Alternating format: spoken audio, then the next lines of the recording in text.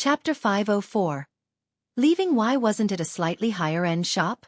Everyone was puzzled, but this did not stop the grocery store's business from booming.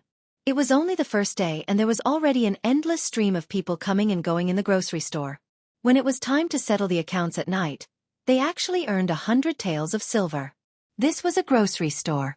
The profits were not high to begin with, but there was actually such a gratifying result in a day. Nowadays, Eugene was the one who kept the accounts in the shop.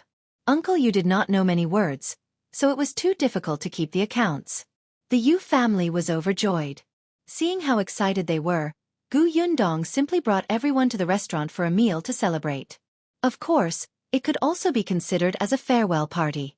She planned to leave. When the Yu family heard this, their joy decreased by more than half. Uncle Yu frowned even more. "You're leaving just like that? Isn't that a little too fast? Has Dajiang recovered from his injuries? Didn't you say last time that he would need to recuperate for half a month?" "That's right, Gu girl. Why don't you stay for a few more days?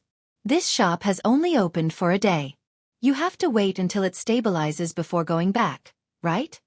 "Sister Gu, I'm a little uncertain now that you're leaving."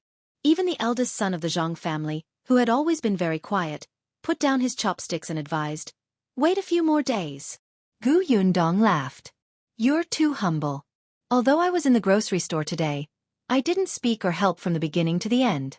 No matter what happened or who you met, you were the ones who were busy. Moreover, you were methodical and clear. I think it's very impressive. You can do it." But it was too sudden. Perhaps they had been too engrossed in chatting previously and working together to come up with ideas. Unknowingly, so many days had passed. They did not realize that the Gu family was about to leave. In the end, Uncle Yu waved his hand. "Forget it. Your home is in the Xuanhe prefecture, and your family is there. Dajiang has been longing to see his wife and children. He has been waiting for so long. If not for the fact that he needs to recuperate, I think he would have rushed back. Especially these few days, he keeps saying that he has recovered. He's extremely anxious." Gu Dajiang felt a little embarrassed by his words, but he really missed them. He had not seen them for more than half a year. He wondered if they had forgotten about him. The meal was a little sad. Before leaving, Gu Yundong told Eugene about his aunt and uncle, as well as his uncle, who were still missing. "I've pasted their portraits on the notice board. I'll leave 2 for you. The address on this is the grocery store. If anyone comes looking for me, send me a letter." Eugene took the portrait carefully. "Don't worry, Sister Gu. I'll get my father to ask around when he collects goods. If there's any news, I'll inform you immediately." "Thanks a lot." Eugene pursed his lips. "We should be the ones thanking you. Sister Gu, take care. I'll keep an eye on this shop and record the accounts. I'll wait for you to come back and review them." "Okay." Gu Yundong laughed. After leaving the restaurant, the two sides parted ways. After returning to the inn, the few of them began to organize their things, planning to leave Wanqing Prefecture the next day. Hearing that they were leaving, the waiter of the inn was actually a little reluctant. After all, they had already stayed here for a month and a half, and Miss Gu was a generous person. If he helped her, he would be rewarded with silver. He had already cultivated a deep friendship with her, and he almost thought that they were living in the inn forever. Chapter 505. Yundong, you've changed too much now that she was leaving. The waiter really felt lost. He went back and brought some pickled vegetables for Gu Yundong. They were made by his mother. "Miss Gu, bring the food along to eat on the way. In the future, you must remember that there is a waiter in Wanqing Prefecture." Gu Yundong was speechless. After thinking for a while, she said, "I'll come again. Don't worry. I'll remember you." The waiter immediately became happy. Gu Yundong began to move the things onto the carriage bit by bit. She did not let Gu Dajiang do it, as their journey would definitely be bumpy and difficult. Although Gu Dajiang had recovered, he was different from them. He would probably suffer a lot along the way. For this reason, she specially laid a thick layer of mattress in the carriage. Gu Dajiang looked at the sky. "Yundong, the weather is quite hot." Gu Yundong was unmoved. "It won't be bumpy with all the mattress. If it's hot, just fan yourself." She didn't look at Gu Dajiang and instructed Shui Rong to put away the pots and bowls. Gu Yundong asked Tong Shui Tao to fill a few water bags. Now that she was experienced, she knew how long she could make until nightfall. When the time came, she could take a rest in a town or village she passed. By the time everything was ready, it was already 7 in the morning. The few of them got into the carriage and headed straight for the city gate. Unexpectedly, as soon as she left the inn, she saw Uncle Yu and Uncle Yu standing there with 2 huge bags in their hands. She did not know what they were carrying. Gu Yundong quickly got down from the carriage. "Grandpa Yu, why are you here?" "If you're going back, of course we have to come and send you off. Don't worry, Eugene and the Zhang family's eldest son are in the shop. It won't be a problem." As he spoke, he handed over the 2 bags. "It's not anything good. It's just some food and necessities. I got up in the morning and baked the flatbread inside. It's not much. It's a token of my appreciation." Gu Yundong touched it through the cloth. How was it not much? Checking the weight, she felt that Grandpa Yu probably did not sleep much last night. Uncle Yu chased them into the carriage.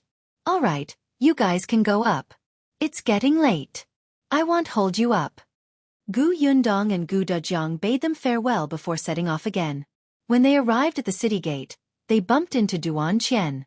He seemed to have come to deliver something to them, but it was a little too much. Gu Yundong was worried that the carriage would collapse, so when no one was paying attention, she put away some things that were not very useful into her spatial storage. After bidding farewell, the 4 of them sped up a little. The carriage was driven by Shui Rong.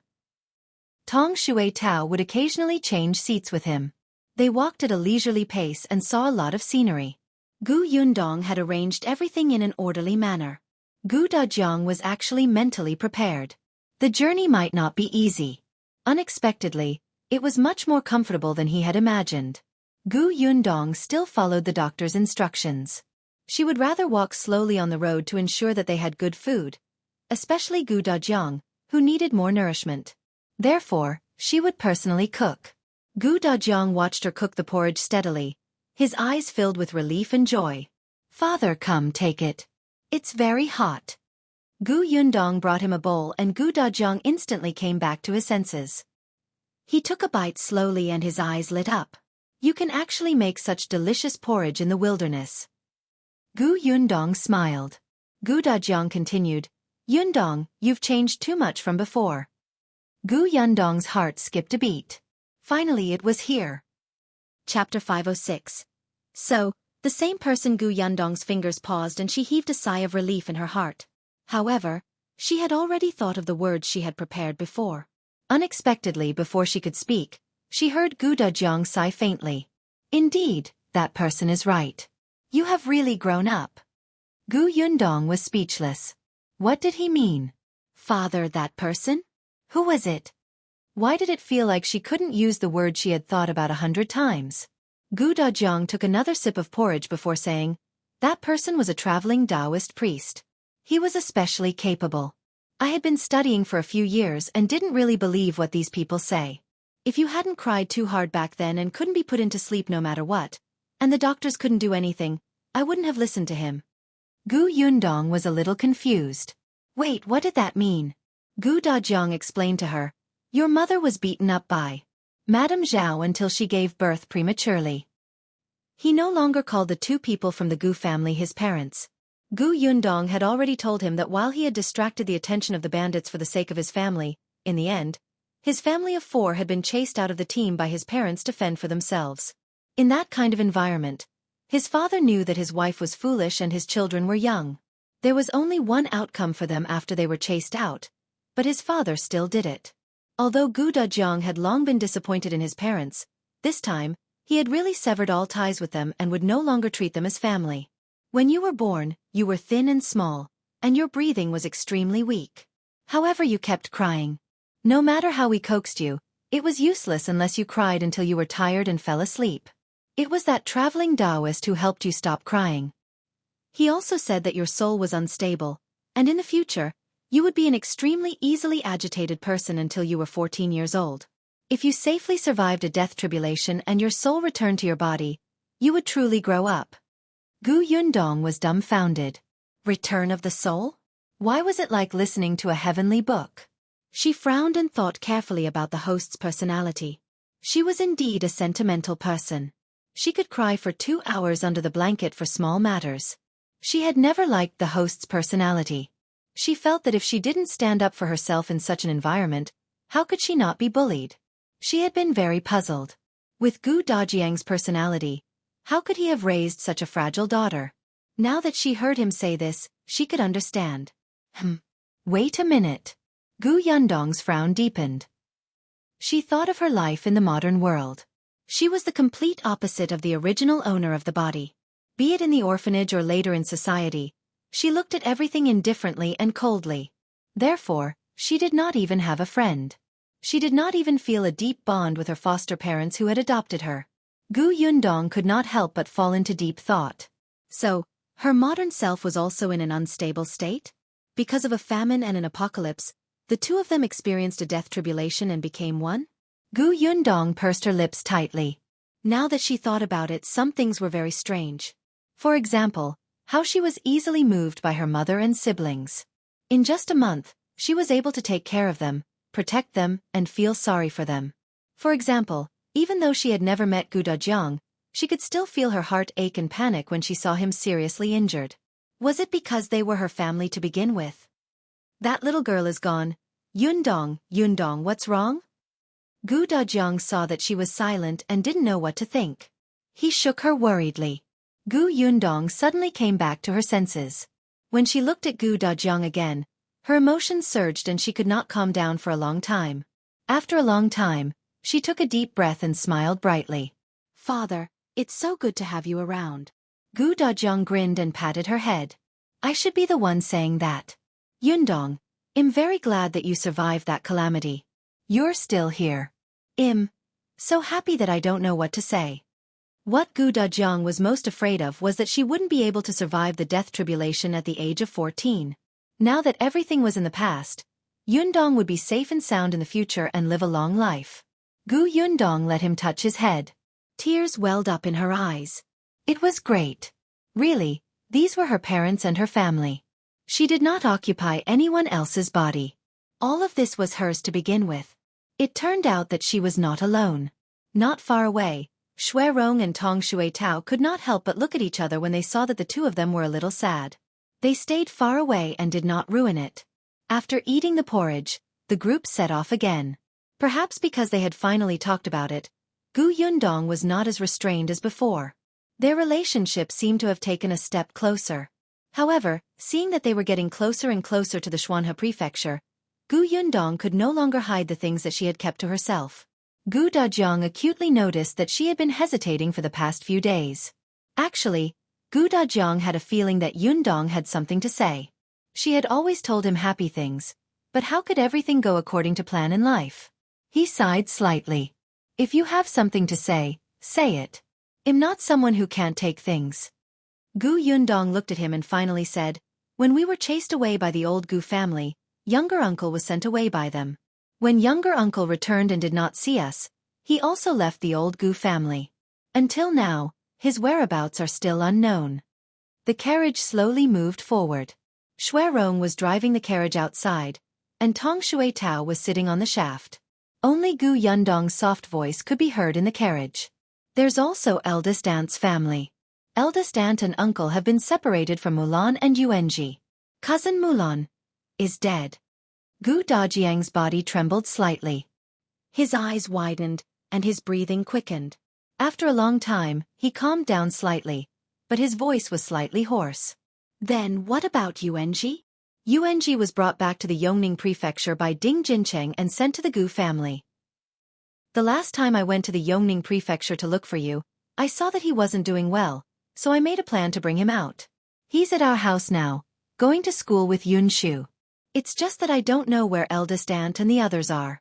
Gu Dajiang clenched his fists tightly and lowered his head. He didn't speak for a long time. Father.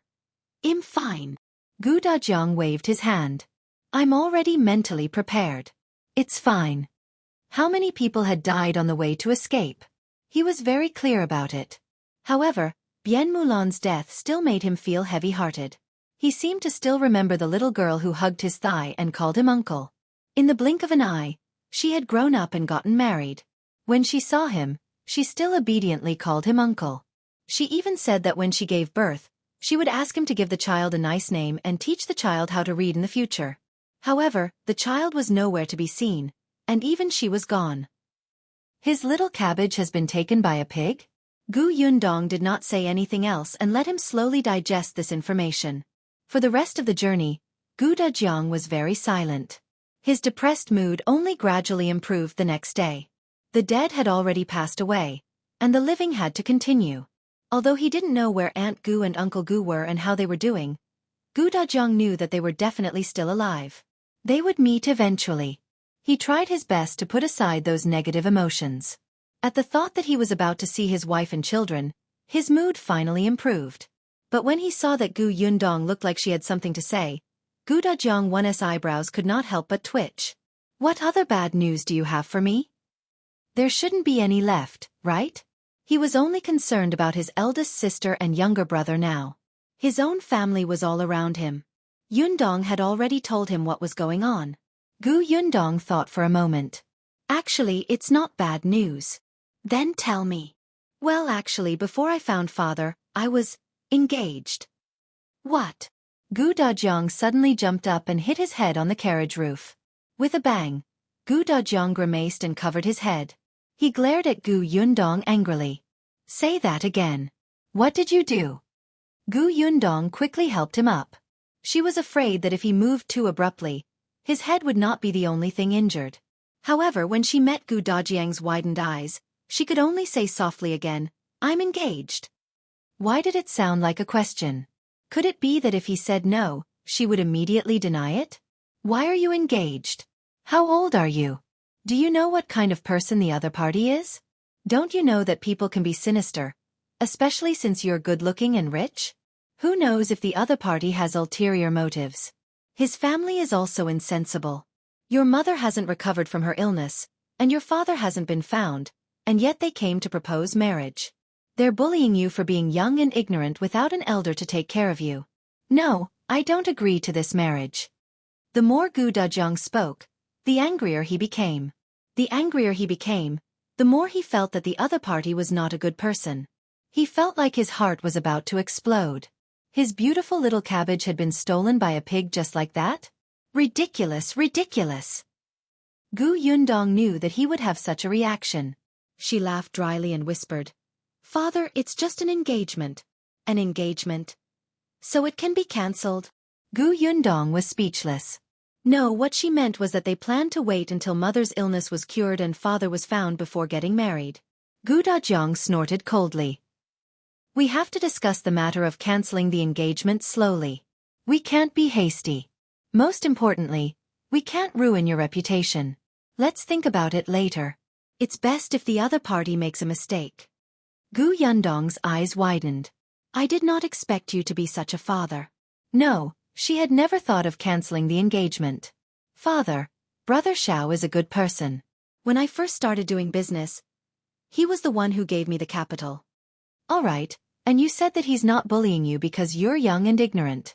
He wanted you to owe him a favor and guilt you into marrying him. It's all an old trick. I stopped playing this one more than 10 years ago. Yundong rubbed her forehead. Father, have I been acting very ignorant these days? Was this the meaning of father-in-law becoming more and more displeased with his son-in-law? Stopped playing this one more than 10 years ago? Could it be that her father had used it before? Yundong's suspicious gaze landed on Dajiang. She wanted to ask him how he got together with her mother back then. Dajiang's fear of home, however, Dajiang's expression was very dark. He didn't realize what he had just said. He was still muttering indignantly, that Xiao Qingyuan cannot be a good person. Yundong felt that it was better to let his father digest the news for a period of time. She would definitely make more mistakes if she said anything now. The more she protected Xiao Qingyuan, the angrier her father would become.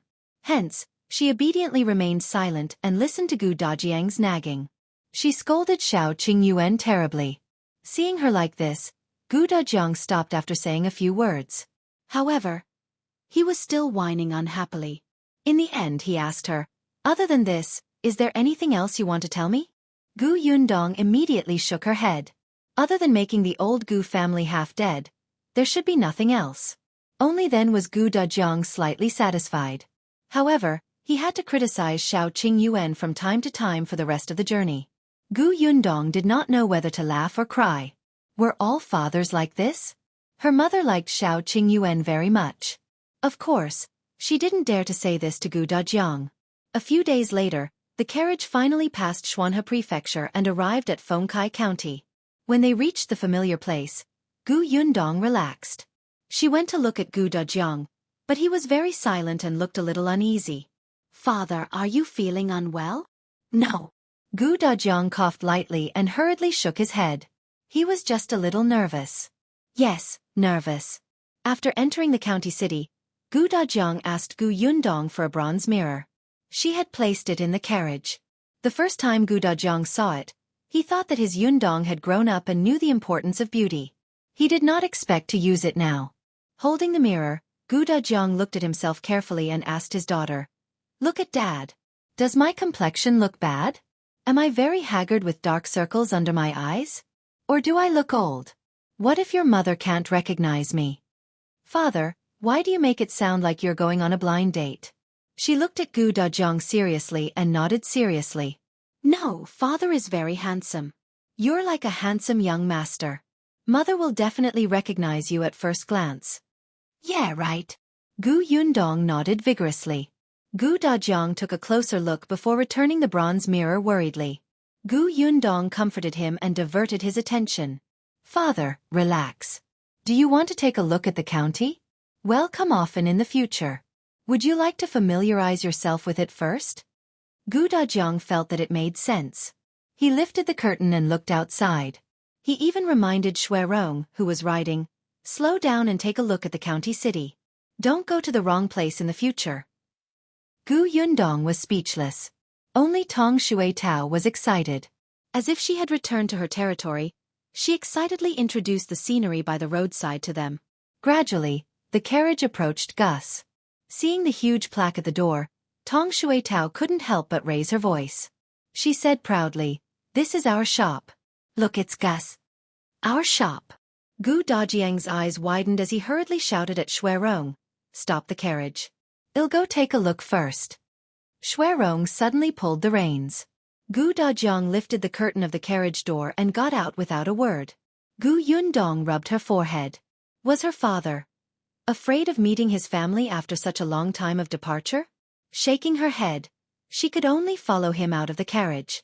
However, as she approached Gus, she suddenly stopped in her tracks. Gu Dajiang checking the account book, Gu Yundong squinted at the shop next door. When did a pharmacy appear here? Wasn't it a snack store in the past? She couldn't help but take a few more glances. Gu Dajiang had already strode into Gus. Zhuangzi was diligently wiping the table. He did not even care about the sweat on his forehead. The boss had said that the most important thing in the food business was to be clean and tidy. If he worked hard and strove to achieve good results, he might be able to become a shopkeeper and reach the peak of his life. Gu Dajiang's footsteps sounded as he entered. Zhuangzi suddenly turned around and immediately welcomed him. "Sir, what do you want to buy? We have the most high-end white sugar in our shop. It's exclusive in the entire Fengkai County. There's also canned dried fruit and jam. Look, they're not expensive. Everyone who has eaten them says that they're delicious." Zhuangzi saw that the stranger was unfamiliar and looked around the shop curiously when he entered. He knew that this was his first time here. He immediately introduced everything to him excitedly, hoping that the man could make a big deal for him. After all, the other party looked quite rich, right? Before Gu Dajiang could speak, Gu Yundong entered from behind. When Zhuangzi saw her, his eyes widened and he took a few steps forward excitedly. Boss, you're back?" As he spoke, he hurriedly shouted behind him, "Shopkeeper, our boss is back." Zhang Gang was taking things from the back. When he heard the shout, he hurriedly ran out, his body still covered in sweat. When he saw Gu Yundong coming over, he quickly wiped his hands. "Boss, you're back. It's been hard on you this time. Quick, sit down. I'll pour some tea." As he spoke, he ran off excitedly. One could tell from the smile on his face that he was very excited and happy. Xiuanxia had already finished wiping the chair. Gu Yundong helped Gu Dajiang over and introduced, "This is my father, Gu Dajiang." Xiuanxia was stunned and said in shock, "Boss, you found him?" "Yes." Xiuanxia hurriedly bowed to Gu Dajiang. "Hello, old boss. I'm Xiuanxia." Gu Dajiang, who thought that he was still very young and elegant, couldn't help but twitch his lips. It was Zhang Gang who suddenly patted his head. "What are you calling him?" he said respectfully. "Master." Gu Yundong couldn't help but want to laugh, but Gu Dajiang had already started sizing up the shop curiously. He went to take a look at the white sugar. Gu Yundong had given it to him before. He had even soaked it in water and mixed it with porridge. It could be used to make different delicious food. Looking at these white sugar particles, Gu Dajiang still found it unbelievable. This was actually created by Yundong. What a great invention. His daughter was indeed smart and capable. So much pride. Gu Dajiang straightened his back even more. Then, he looked at the cans, dried fruits and other things. Xiuanxia eagerly introduced them to him and even gave him some to try. Zhang Gang handed the account book to Gu Yundong. "Boss, these are the accounts for the past few months. Take a look." Gu Yundong took the account book but did not open it. Instead, she handed it to Gu Dajiang, who was walking over. "Father, you used to be an accountant. Are you going to check this?" "Let me see." Gu Dajiang's interest was piqued. It had been a long time since he had touched an account book. Holding his own account book now felt like a dream. Xiuanxia brought him a chair. Gu Dajiang sat down and flipped it over.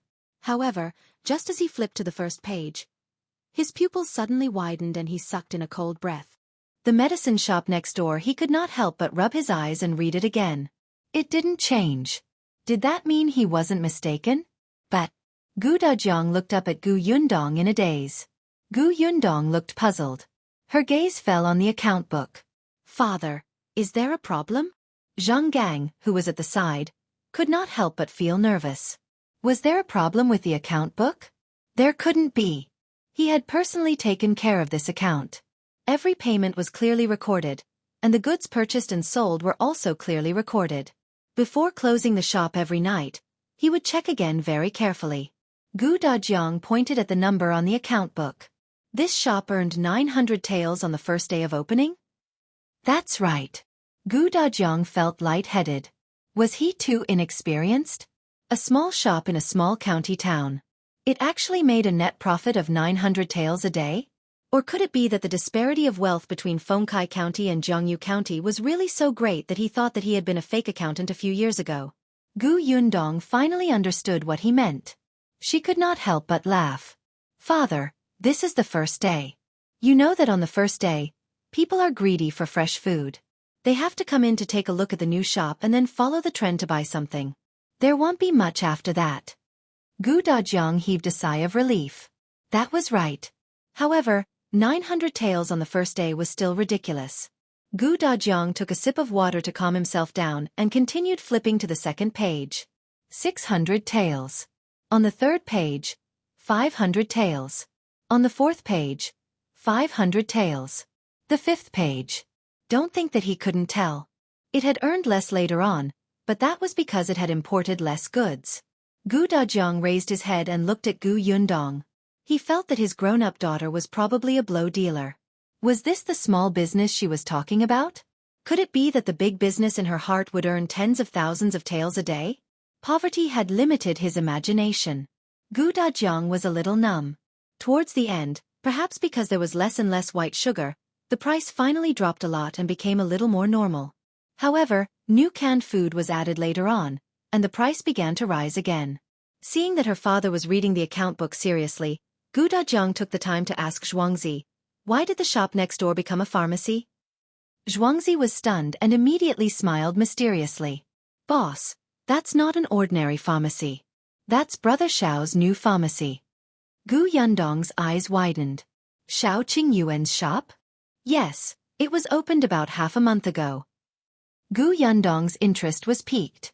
"I'll go over and take a look." Previously, she had heard him say that he wanted to do a medicinal herb business. She did not expect him to move so quickly. He had already opened a shop in the county city, and it was next to her Gus. Gu Yundong was still a little happy. She turned around and walked towards the shop next door. Unexpectedly, Gu Dajiang's sharp ears had already vaguely heard the words Xiao Jinjian. He immediately closed the account book and followed behind. Xiao Qingyuan's shop was smaller than her Gus. Perhaps it had just opened, so there were not many medicinal herbs. There was a shop assistant in the shop who looked to be about the same age as Zhuangzi. At this moment, he was pounding medicine with a pestle. Behind the counter was an old doctor. When Gu Yundong entered, the shop assistant immediately put down his work and came up to her. "Miss, what medicine do you want to buy? Do you have a prescription?" "I don't have the prescription. I want to ask, do you have this medicine here?" "Everything you say is right." Gu Yundong took out a small porcelain bottle. It was the bottle of medicine that Xiao Qingyuan had given her to treat internal injuries. The shop assistant took a closer look and immediately nodded. Yes. Only our pharmacy has this medicine. Miss, this bottle must have been sold by our shop. How much do you want? I'll get it for you now." "Give me a bottle." Other than this, Gu Yundong also asked for a few herbs for Gu Dajiang. Before leaving, Dr. Yu prescribed medicine for them so that Gu Dajiang could better recuperate. Now, he had almost used it up. She wanted to buy some more. These medicines were more common and could be found in ordinary shops. As expected, the shop assistant had prepared everything for her. After wrapping it, he handed it over. "Miss, it's a total of 10 taels of silver."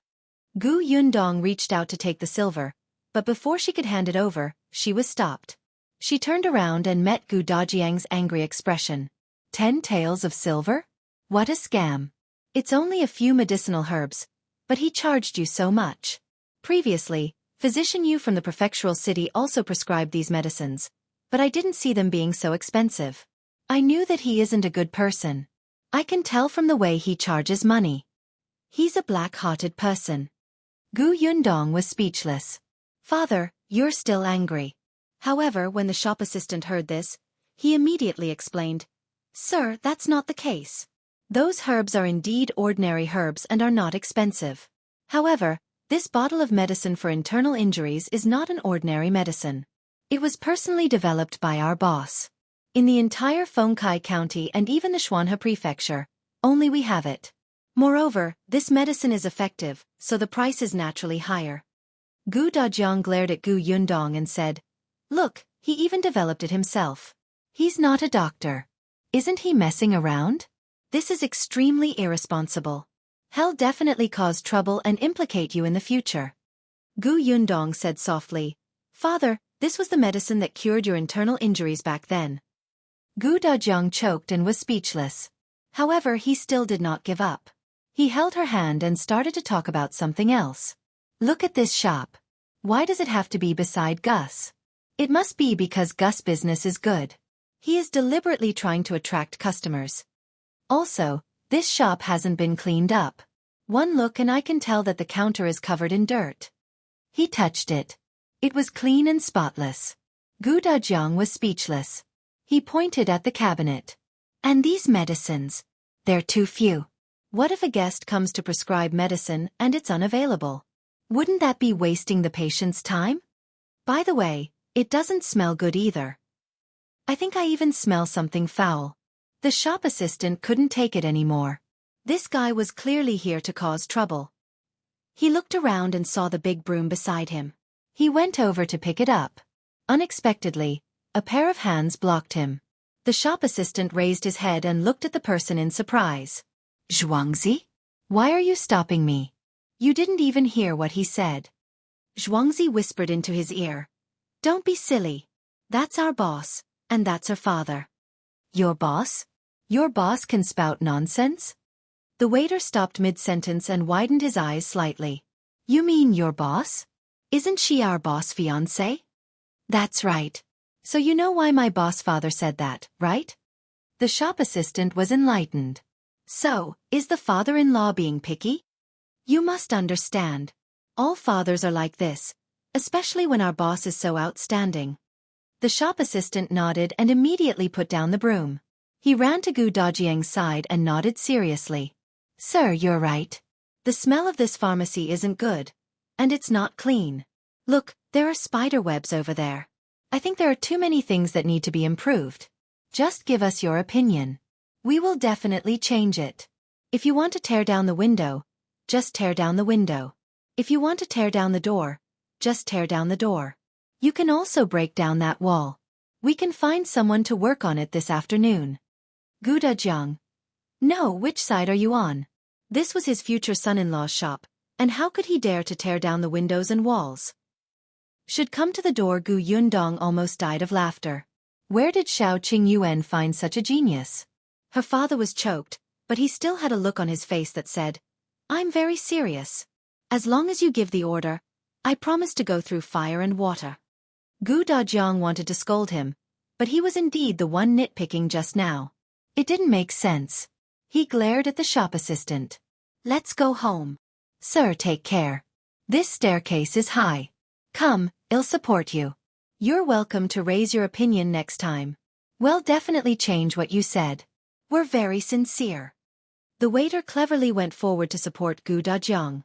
After walking Dajiang to the carriage, he still had a smile on his face and did not look forced at all. Yundong tried her best to hold back her laughter. Before getting into the carriage, she glanced at him. What's your name? The shop assistant's eyes lit up, and his body trembled in excitement. Io, the lady boss had valued him. He quickly replied, My name is Jiang Bao. You are good, Yundong said as she got into the carriage. The smile on Jiang Bao's face was almost overflowing. He happily watched the carriage ride further and further away before turning his head happily.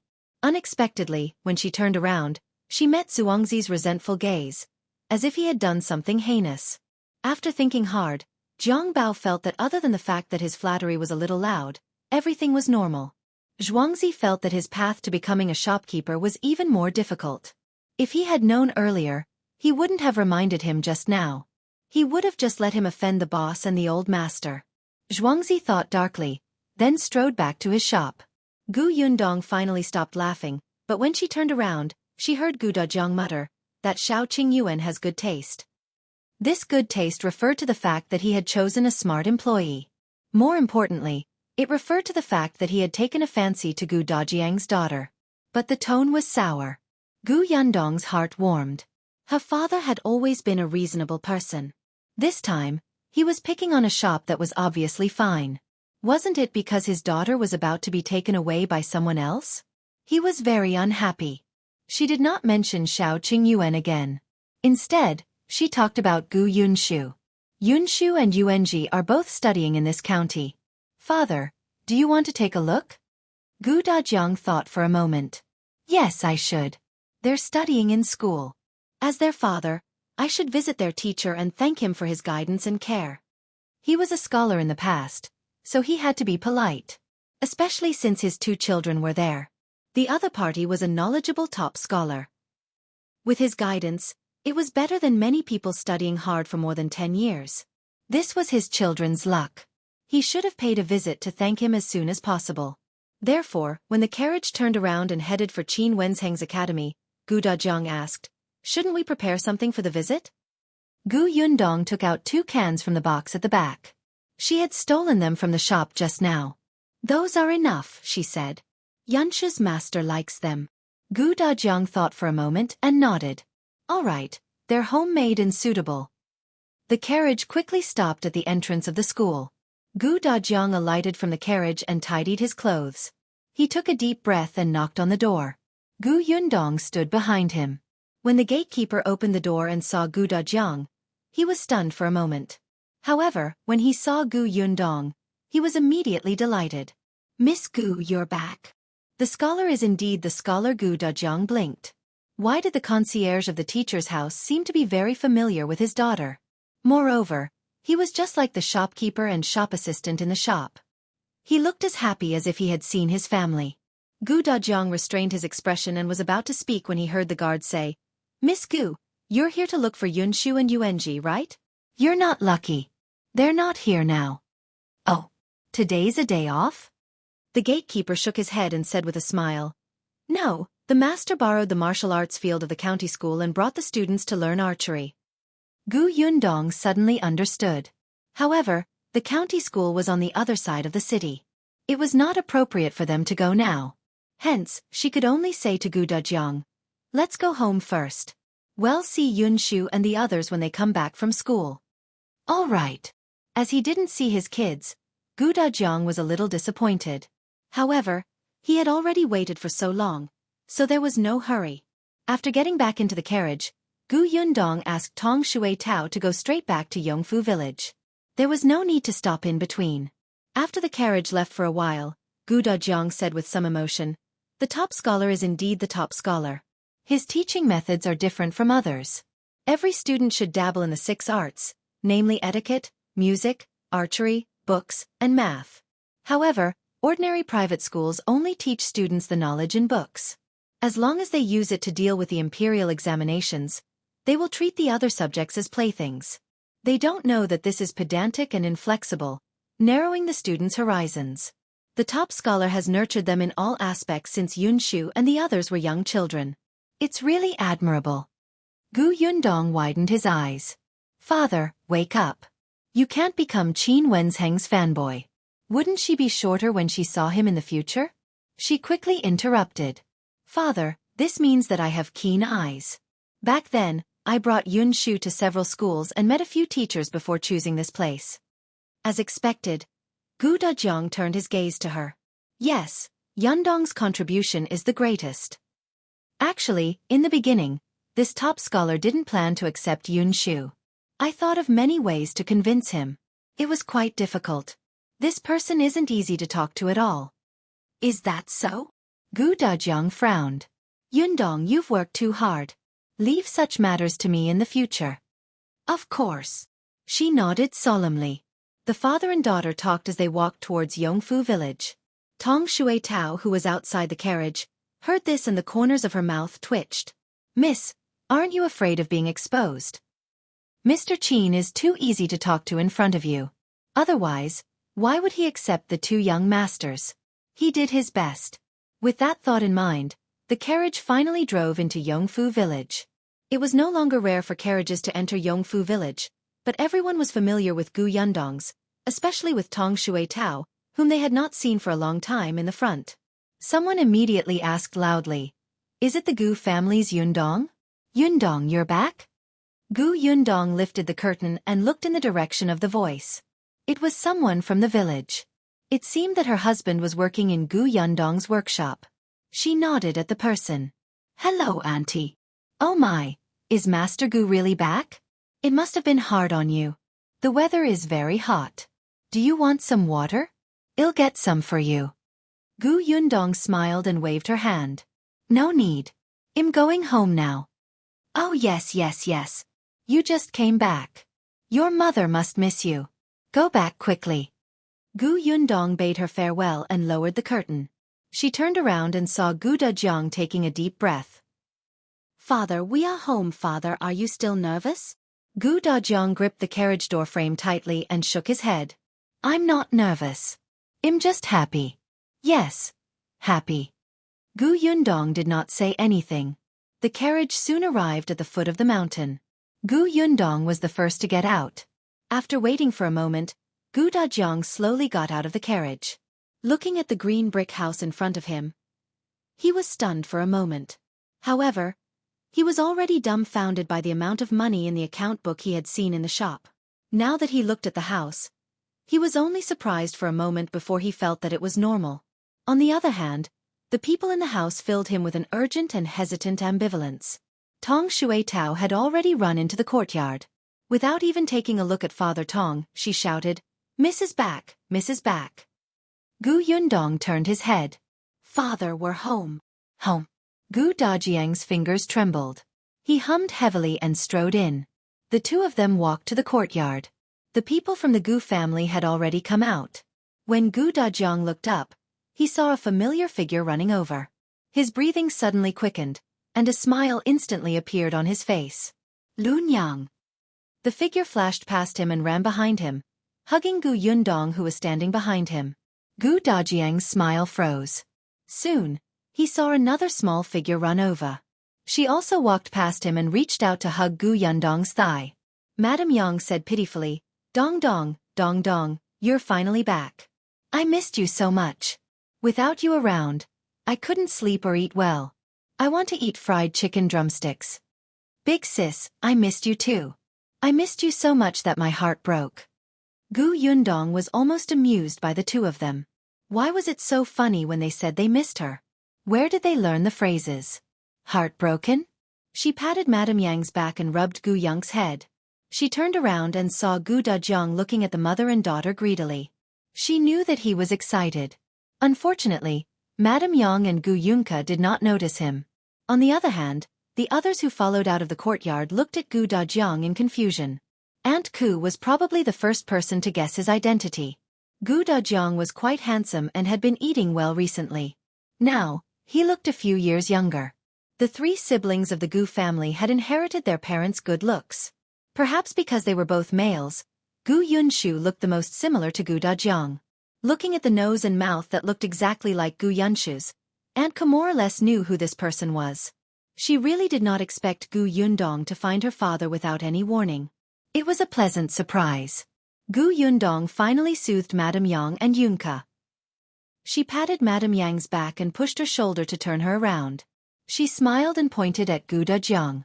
Mother, look who's here. Madame Yang blinked and was stunned. Her gaze slowly fixed on Gu Dajiang's face. Gu Yunka also widened her eyes curiously and looked at him. Gu Dajiang stood there motionless as the mother and daughter sized him up. His palms were already sweating slightly. Madame Yang's eyes and her mouth widened. I'm sorry, Lun Yang. A moment later, she suddenly screamed. Ah! Then, she suddenly ran to Gu Dajiang and hugged him as if she was hugging Gu Yundong. She did not realize that there was anything wrong with hugging her husband in public. However, the completely awake Gu Dajiang, who had studied and knew etiquette very well, also didn't care at all. He hugged his wife tightly. Unlike the joy she felt when she hugged Gu Yundong just now, Madame Yang could not help but cry. Dajiang, it's Dajiang Dajiang. Gu Dajiang's voice choked. It's me, Lun Yang. I'm sorry for making you wait so long. I'm sorry. Dajiang, don't go. Don't go. Yes, I'm not leaving. I'll be with you guys from now on. Our family will never be separated again. Madame Yang started to cry again. Gu Dajiang patted her back and coaxed her softly. He smiled patiently with a doting gaze. The people around them were dumbfounded and sighed in their hearts. It turned out that this was the old master that Madam, Miss and young master had been looking for. No wonder they kept saying that old master was a very gentle person. Aunt Ku heaved a sigh of relief. In fact, she had wondered if this Gu Dajiang, whom she had never seen, had long forgotten about his wife and children and remarried and had children elsewhere. After all, Madame Yang's situation was special. At this age, very few people would be willing to cherish a wife who knew nothing like a child. Moreover, after the disaster, who knew if they were still alive? It was normal for a man like him, who was educated and capable, to get married and have children. She had never said these words to Gu Yundong. At that time, she had thought that it would be difficult to find Gu Dajiang in this world, so she would let them keep this wish in their hearts. She did not expect to see him now and realized that she had been too narrow-minded. Aunt Ku heaved a sigh of relief. Finally, she was no longer worried. She gave Xianxia and the others a look and left the space for the family to reunite. They went to the kitchen to prepare delicious food to welcome them. Tong Shui Tao did her best to introduce Shui Rong, who was also unfamiliar with the place, and even helped him tidy up a room. Madame Yang finally stopped crying, but she still refused to let go of Gu Dajiang. She held his hand tightly, as if she was afraid that he would disappear again. Gu Yundong laughed and shook her head. Then she looked at Gu Yunka, who was still standing by his leg and looking at them curiously. She squatted down and said softly, Kiki, haven't you always been curious about what Daddy looks like? This is Daddy. The little girl was confused. She actually had no impression of Gu Dajiang at all. It was only because her brother often mentioned her father to her that she knew of his existence. Her heart was filled with yearning and anticipation. However, now that she had really seen him, she did not dare to go forward. Gu Dajiang also squatted down and looked into the little girl's eyes. Kiki, Dad. Would you like to come over and let Dad hug you? Gu Yunka was a little hesitant. Seeing his expectant gaze, she shifted her feet. Seeing this, Gu Dajiang suddenly took out a straw doll from behind him. Father made this. Can he give it to you? Powerful father, the little girl's eyes lit up. Xiao Tu. Do you like it? She nodded. I like it so much. Gu Yunka also had playmates in the village. Their father would weave beautiful grass mantises and crickets for them. She was very envious, but her father was not by her side, so Father Tong made it up for her. It was big and beautiful. But he was not her father. It was different. Now that her father was in front of her, the little rabbit that he had woven for her was unique. Others did not know how to do it, but her father did. The little girl could not help but puff out her chest proudly. She looked up at Gu Yundong, who gave her a small push. Go! She immediately ran to Gu Dajiang, but she didn't dare to hug him. Gu Dajiang stuffed the straw bunny into her hand and picked the little girl up. HM? She's quite heavy. He thought back to when he was in the old Gu family. The young lady was thin and small, as if she would break if he was not careful. Gu Yundong went over and held Madame Yang's hand. Father, let's go in and talk. Sure, okay. Gu Yundong brought him to his and Madame Yang's room. Looking at the clean and warm room, he could not help but tear up. This was their home, their own house. Shui Rong quietly came over and moved Gu Dajiang's luggage out of the carriage. Madame Yang opened the box in a hurry and tidied up his things herself. She had a bright smile on her face that Gu Yundong had never seen before. Perhaps she was still very ignorant and didn't know the feelings of an adult, but her reliance and importance on Gu Dajiang were real. The box contained the things they had bought along the way, as well as pens, ink, paper, and inkstones. Madame Yang recognized all of them and placed them on the desk. There were also his clothes. They were folded one piece after another and placed in the wardrobe. Gu Yundong took a glance and saw that Gu Yang's clothes were still inside. After some thought, he went over and took out the small clothes. Then she said to Gu Dajiang, Kiki will sleep with me first. Father, you can have a good chat with mother tonight. Gu Dajiang was speechless. He glared at Gu Yundong and coughed lightly. It's fine for Kiki to sleep with us. Before he could finish speaking, he heard the little girl in his arms immediately say, I want to sleep with eldest sister. I want to sleep with eldest sister. After shouting, she noticed Gu Dajiang's hurtful expression and couldn't bear to see him like this. She quickly whispered into his ear, Father, she didn't know what to say. But this was the first time Gu Dajiang heard Gu Yunka call her father. He felt a little smug. He did not need her to give him a reason and found it for her. Father knows that you haven't seen eldest sister for many days and there's a lot of stuff that you want to tell her, right? The little girl immediately nodded. Yes. Gu Yundong clicked her tongue. Just as she was about to complain, Tong Shuetao's voice came from the door. Miss Young Master is back. As soon as he finished speaking, Gu Yunshu had already run over. Is my big sister back? Big sister, where are you? Behind him was Bian Yuanzi's voice. Yunshu, wait for me. Gu Yunshu could not wait any longer. She ran to Madame Yang's room and stepped into the doorframe. He did not see Gu Yundong standing in the shade. The first person he saw was a tall man carrying Gu Yunka over. A whole family. Gu Yunshu looked up in a daze. He wanted to see clearly, but the man had already squatted down and was at eye level with him. The next moment, Gu Yunshu's tears suddenly fell. His voice was a little illusory. Father. It's me, Yunshu. Father is back. The book in Gu Yunshu's hand fell to the ground. He was stunned. He carefully reached out to touch Gu Dajiang's face and asked again uncertainly, Father, I'm here. Gu Dajiang pulled him into his arms and stroked his small head. It's been hard on Yunshu during this period of time. Your eldest sister already said that you're a small man. You're daddy's pride. At that moment, all of Gu Yunshu's bittersweet emotions surged. He hugged Gu Dajiang's neck. Father, it's really father. It's a living father. You're warm. He cried as he spoke out of breath. It's not hard on me. Big sister is the one who's done all the work. I'm a man. I'm not tired. I'm not tired at all. I'm just afraid that I won't be able to see my father. Boo-hoo. Gu Dajiang's heart ached. The little guy was young, but he always wanted to support his family. If Yundong hadn't suddenly grown up, he would have treated the entire family as his own responsibility. He held his son and his daughter on either side. Seeing that his son could not stop crying and his daughter was about to cry, he quickly reached out and patted Gu Yunshu's shoulder. Don't cry anymore. Look at Kiki. It was too late. Emotions were the most infectious things, especially for children. Seeing her beloved brother cry so aggrievedly, the little girl could not help but cry. Gu Dajiang was helpless. He might as well let them vent as much as they wanted. He only hugged the two children tightly, as if they were his most precious treasures. When he looked up, she happened to see Bian Yuanji standing not far away, wiping his eyes in a daze. His eyes were filled with envy and joy. He suddenly thought of Bian Mulan and his heart ached. He smiled at Bian Yuanji and said, "You don't remember me anymore. Come, let me hug you." Bian Yuanji paused for a moment and instantly pounced into his arms. Eldest uncle.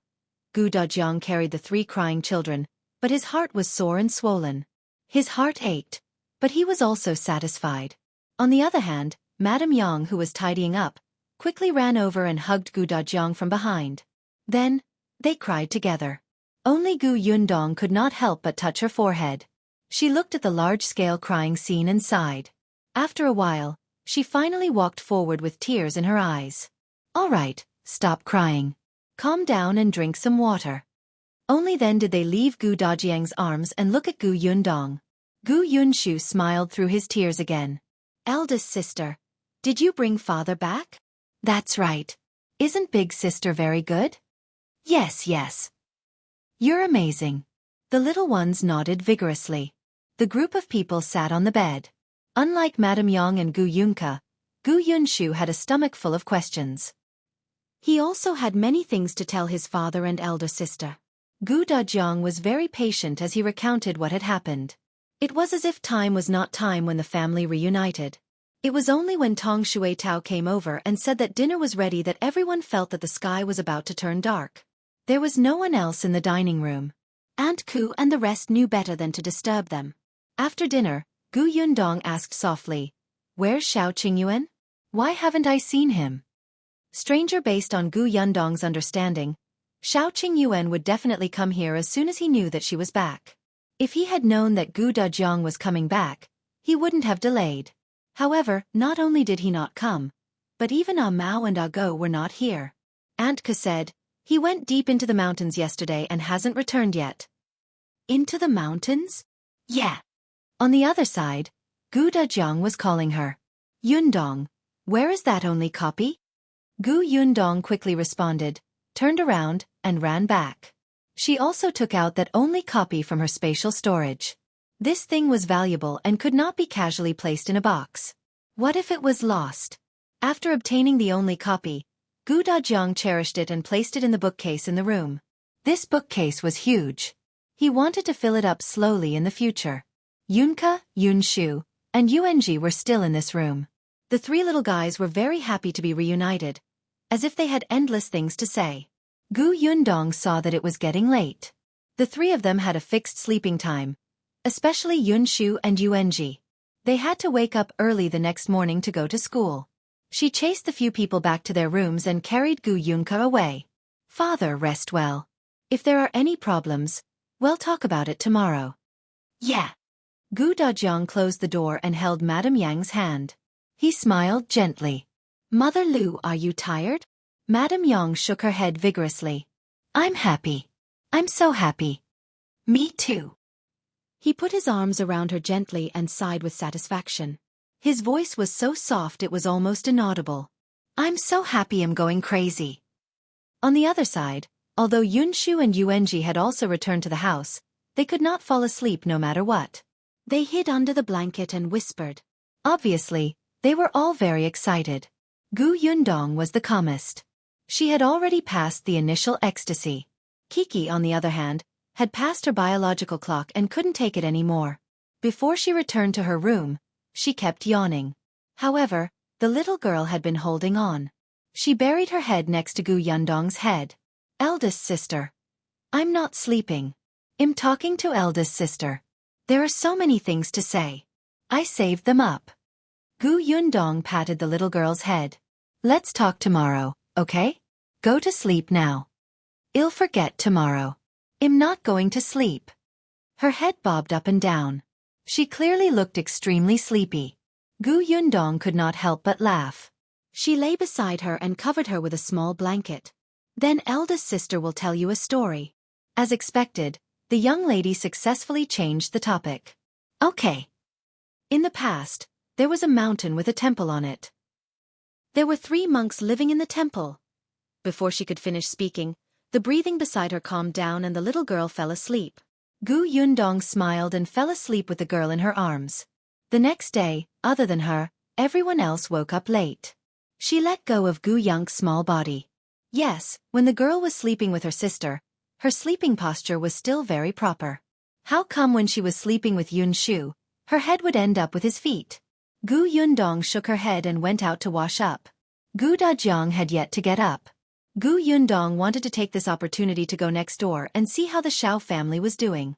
She didn't even eat breakfast. She just greeted Aunt Ku and hurried back to the Xiao family. However, just as she stepped out of the door, she saw an unfamiliar person standing there. When he saw her, his eyes immediately lit up and he approached her excitedly. He seemed to be waiting for her. Trying to enter the Gu family's workshop, that person's eyes lit up when he saw Gu Yundong. "Miss Gu, you're back?" "You are."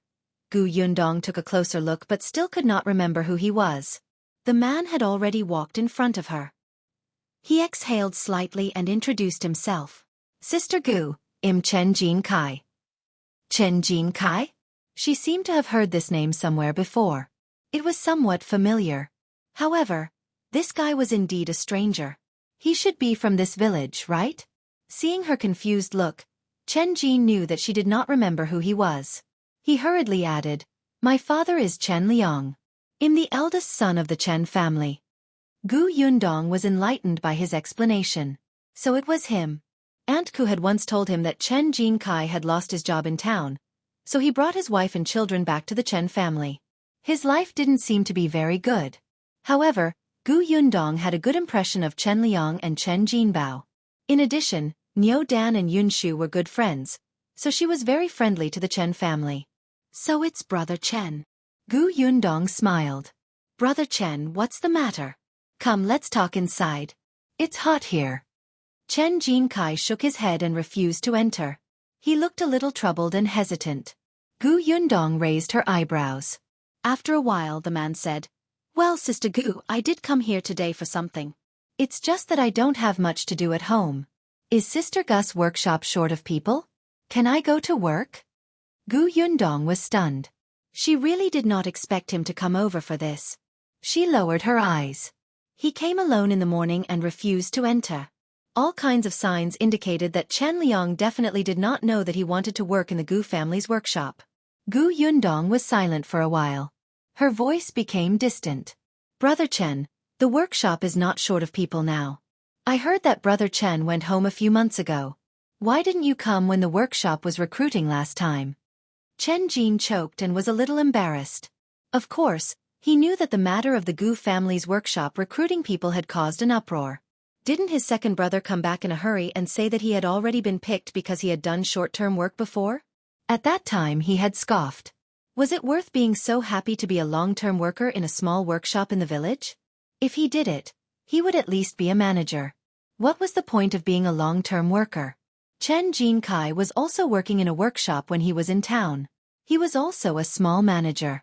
Although there were only 3 or 4 people under him, he was still a manager, right? Besides, that was a workshop in town.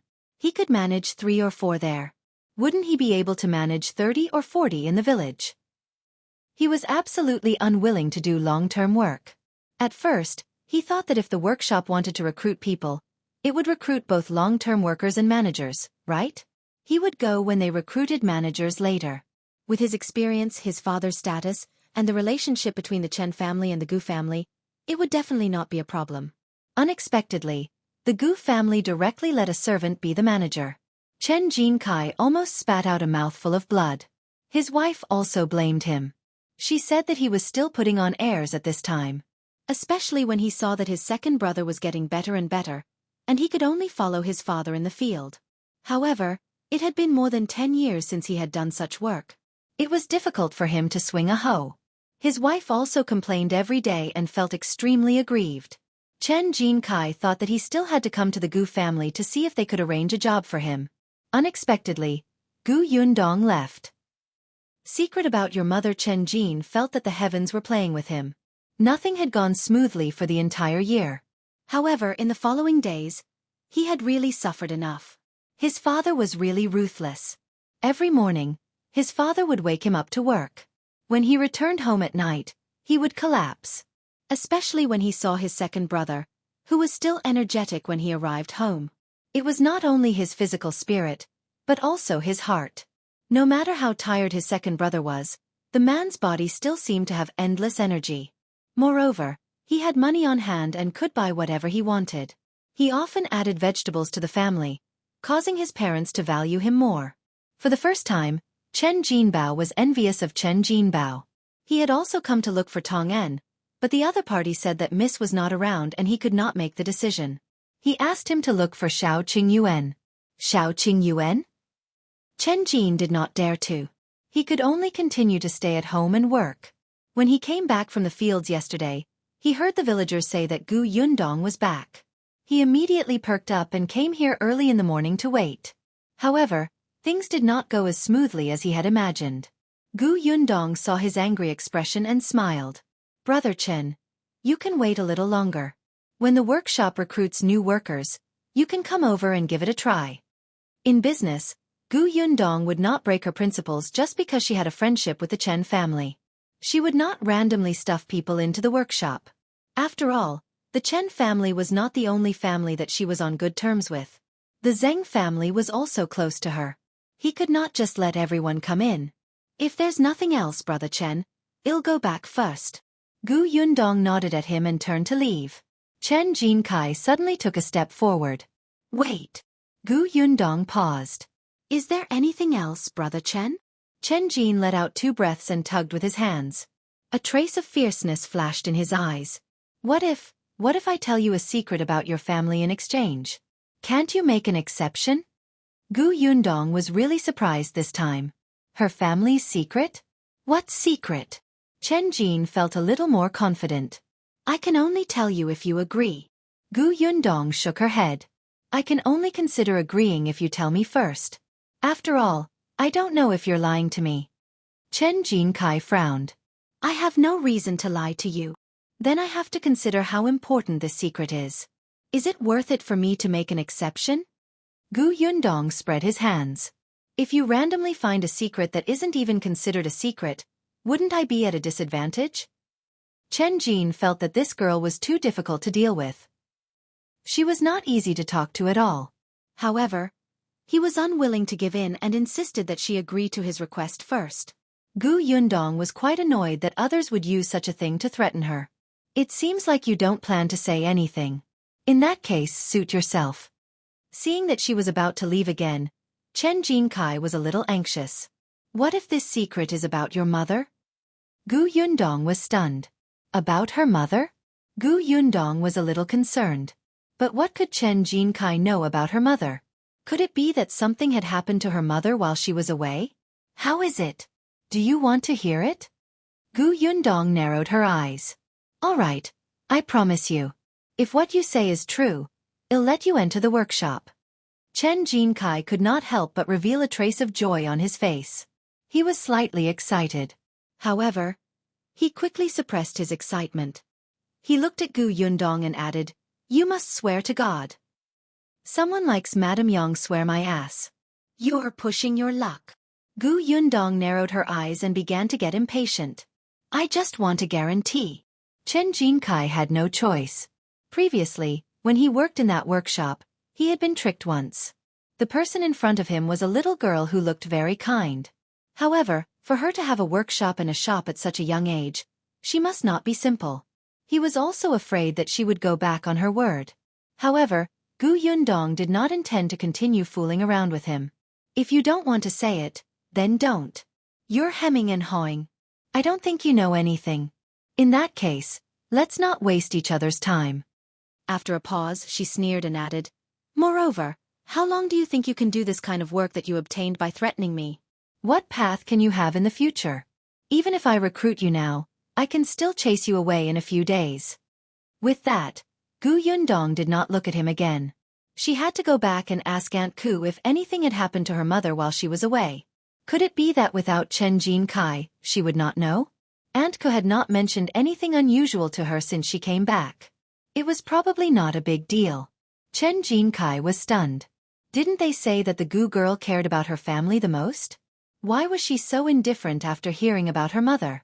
Could it be that she was not as patient as she seemed on the surface, and she was done taking care of the abnormal Madame Yang? Seeing that Gu Yundong was about to step into the door, Chen Jin suddenly reacted. He quickly took a few steps forward and shouted anxiously at her back. All right, I'll tell you. Gu Yundong was surprised and turned her head slightly. Ha! Chen Jincai gritted his teeth. This time, he did not delay anymore and said directly, someone has taken a fancy to your family's assets, so they hired someone to get close to your mother. When that person and your mother develop feelings for each other, they will marry. At that time, they will naturally get the Gu family's workshop, shop, and fruit forest. You should watch your mother. Although all of this belonged to Gu Yundong now, as long as someone married Madame Yang, he would be Gu Yundong's stepfather. Gu Yundong was going to get married sooner or later. When the time came, wouldn't the Gu family's assets still be at home? Gu Yundong was not the only one who was stunned. Even Father Tong's eyebrows twitched. Who is it? Gu Yundong's voice sank and her face was filled with anger. Great, someone actually had designs on her mother. Had they forgotten what she had said and done in the past? Chen Jincai turned his head. He looked like he knew, but he was unwilling to say it. Gu Yundong narrowed her eyes and changed the question. Then, who was the man who approached my mother? This time, Chen Jin did not remain silent, but I didn't hear it clearly. I only know that the other party has already met your mother. My house is far away and am not familiar with this place. I don't know who specially spoke to your mother and can't help you. Anyway, when your mother goes out in the future, get someone to accompany her. Anyway, you have a few servants. His last words were still a little sour. After saying that, it was unknown if he was angry with her or himself. He snorted heavily and turned to leave. Gu Yundong had already suppressed her anger. Seeing his expression, she asked, why did you suddenly tell me?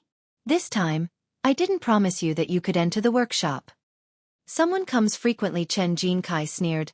I admit that I'm a person with low standards and no ability. I'm prideful and self-righteous, and I like to play some tricks. But I'm not heartless. I've used such despicable methods. It's fine if someone's greedy for other people's family assets, but bullying is silly. Bullying a woman who's like a child. What he didn't say was that after the other party snatched the Gu family's assets, he would chase all the children out and divorce Madame Yang. If this wasn't crazy, what was?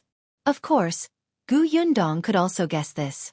However, what surprised her at this moment was that Chen Jincai had such an awareness. Moreover, his understanding of himself was very clear. However, since he knew his shortcomings so well, why didn't he change them? You don't have to look at me like that. I'm a father after all. At least in front of my son, I still have a clear conscience. Chen Jincai turned around and left after saying that. His footsteps were hurried, as if he regretted saying so much. Gu Yundong looked at his back from afar but did not speak for a long time. Father Tong, who had also heard the entire process, asked softly, Miss, what should we do about this? Nothing. Gu Yundong sneered. My father is here. He will protect my mother. I will see who is so shameless as to approach my mother. When the time comes, they won't even know how they died. Father Tong nodded heavily. That's right. With old master around, what's there to be afraid of? Miss, don't worry. I'll guard the courtyard door well and see who passes.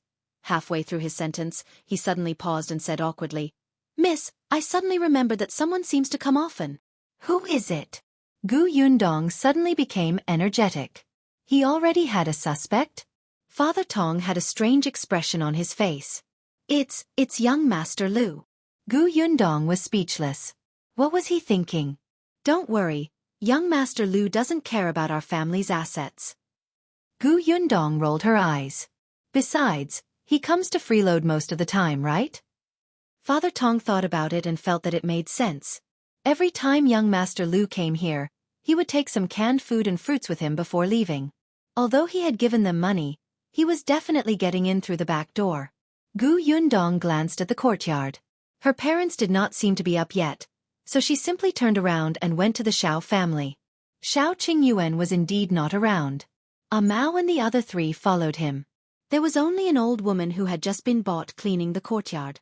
When she saw Yundong coming over, she hurriedly brought her a chair and was about to pour tea. Yundong stopped her. "There's no need to trouble yourself. I'll just take a look." After a few months, the Xiao house did not change much. It was just that there were more things and people. As expected, Mao and the rest were having a good time here. It was quite helpful. After watching for a while and asking the old woman a few more questions, Yundong walked out of the Xiao house. Unexpectedly, when she passed by the Zhang family's door, she suddenly heard a familiar voice. Yundong turned around and walked towards the Zhang family. She knocked on the door of the courtyard and Dong Xiulan came over after a while. Seeing that it was her, she was immediately delighted. "Yundong, you're here? Hey, I was just thinking of going over to see you. How was it? Did your trip go smoothly? Honey, don't stand at the door and talk. Invite Yundong in." Uncle Zheng's energetic voice came from inside the door. "Who does he like?" Dong Xiulan immediately reacted and slapped her forehead. Yes. Look at me. Yundong, come in and sit for a while." Yundong followed him in and saw Uncle Zheng sitting in the courtyard, and the man sitting opposite Uncle Zheng. The voice she felt familiar with just now was from him. "Uncle Zhong is here too." Yundong smiled at Zhang Yongkong. Dong Xiulan moved a stool for her to sit on and said, "Brother Zhang brought your Uncle Zheng back. Your Uncle Zheng just can't stay at home. His leg just recovered not long ago, and he couldn't sit still. He insisted on going to the fields early in the morning to take a look. In the end, he slipped and fell. Fortunately, Brother Zhang saw him and sent him back." Yundong shifted her gaze to Zhang He's leg. "Uncle Zheng's injuries have completely healed, right?" "Yes, when you left back then he could already walk. He just cannot stand for too long and must rest once in a while when he walks. However, he couldn't stay idle and even ran into the ground. He must have suffered this time, right?" Dong Xiulan glared at Zhang Hu. Zhang Hu rubbed his head and hurriedly turned to talk to Zhang Yongkong. Yundong took a look at the Zhang family. The Zhang family had changed a lot recently. The chair under them had been replaced. Yundong felt a sense of accomplishment when she saw that the family that had helped her in the past was getting better and better. On the other side, Zhang Yongkong left without saying anything. As soon as he left, Yundong asked curiously, "Didn't Uncle Zhang recover from his illness long ago? Why is he still in the village and hasn't returned to town?" Because of what he had done to Shen City and previously, Yundong tried her best to keep a distance from Zhang Yongkong. Dong Xiulan replied as she picked the vegetables. He said that he went back, but after staying for 2 days, he was uncomfortable because his grandson started crying in the middle of the night again. Anyway, he likes Yongfu village. It doesn't matter if he stays for a few more days. He'll go back when his grandson is older and won't cry so badly. Is that so? Yundong felt that this reason was not very valid. Dong Xiulan nodded. Soon, her attention was no longer on Zhang Yongkong. "By the way, Yundong, what do you think about me sending Zheng Jia to school?" Zheng Jia was 10 years old. Dong Xiulan and Zhang Hu felt that their family situation was better now. They wanted to grit their teeth and send him to school. It was good to recognize a few words. Yundong agreed. "Of course. Sai, I'm just worried about which school to send him to," Dong Xiulan said. "There are only 2 schools in town. One requires a lot of money. There's the other school. Last time, you said that the teacher didn't allow students to work in the fields, so I can't send him over. The county city is too far, and the tuition fees are high." Yundong thought for a moment. "Uncle and Aunt, do you want Zheng Jia to take the imperial examination?" "No, it won't be easy. Our family isn't that well off. Besides, our 2 children aren't as good at studying as Yun Shu. We want to send them to learn some calligraphy so that they can easily find jobs in the future. Unlike us, who can't read and can only do the hard labor. Aunt, you don't have to be so self-deprecating. How about this? I'll ask around for you and discuss it with you later." Dong Xiulan and her husband immediately became happy. Hey then, we'll have to trouble you, Yundong. It's not troublesome. Auntie, go ahead. I'll go back first. My parents should be anxious if they can't find me. All right. Don't be hasty. After Gu Yundong left, Dong Xiulan exclaimed, Did she just say father and mother? Where did she get a father? When Gu Yundong walked out of the Zhang family's door, she suddenly stopped and narrowed her eyes. Jiang Yongkang? Back then, did he really fancy Xianxia? Instigator. As Gu Yundong walked back, she could not help but think carefully. Indeed, Xianxia was younger and more capable than her mother, and she did not have the temperament of a child like her mother. However, Madame Yang was actually very good-looking. Her appearance could crush a large number of people. Coupled with the Gu family's current wealth, it was not strange for them to target her. She recalled how Jiang Yongkang had helped Xianxia twice. Madame Yang was also there. Moreover, after his so-called scheme of saving the damsel in distress was exposed, he directly admitted that he had taken a fancy to Xianxia and agreed not to meet her. However, although he could not see Xianxia, he did not say that he could not get close to Madame Yang. Gu Yundong narrowed her eyes slightly. The moment she stepped through the door, she recalled Chen Jincai's expression. Why didn't Chen Jincai say who instigated it?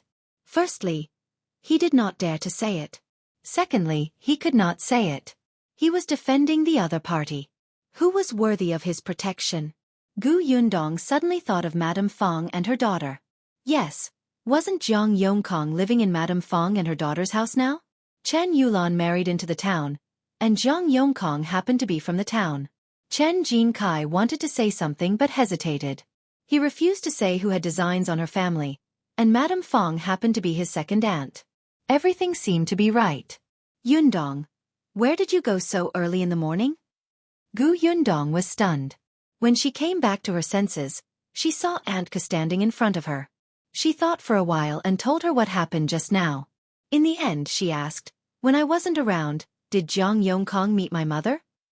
Aunt Ke looked surprised, but after thinking about it carefully, she felt that it made sense. Her expression instantly became a little ugly. She had promised Yundong to take good care of her mother and younger siblings while she was away. In the end, people with ulterior motives kept approaching her, but she did not discover it in time. No, she had discovered it, but she had gone in the wrong direction. She thought that Jiang Yongkang's target was Xianxia. A few times, yes. Gu Yundong saw Aunt Ke's expression and knew that she was blaming herself. She hurriedly said, Actually, this is just my guess. Perhaps it's not the case. Aunt, don't think too much. It's been hard on you these few days when I wasn't around. Aunt Ke glared at her and snorted before turning to leave. Gu Yundong was helpless. She was still so proud. She shook her head and walked towards her parents' room. It was already so late. The two of them should be up, right? They had indeed got up. The door was half open. Gu Yundong tilted her head slightly and looked inside. She saw her mother sitting in front of the dressing table with a smile on her face. Her father stood behind her mother and combed her mother's hair, his eyes doting and gentle. Her mother held an eyebrow pencil in her hand and said happily, Yundong bought this for me, but I don't know how to draw. It's always very ugly. Aunt Ke helped me draw it and said that I look good. Gu Dajiang took the eyebrow pencil. I'll draw it for you in the future. He had never used an eyebrow pencil before. In the past, the Gu family wouldn't have afforded such a thing. However, he was a scholar after all. It shouldn't be difficult for him to draw a few more times. And this rouge, it smells good too. Gu Dajiang leaned over. Yes, this color is good.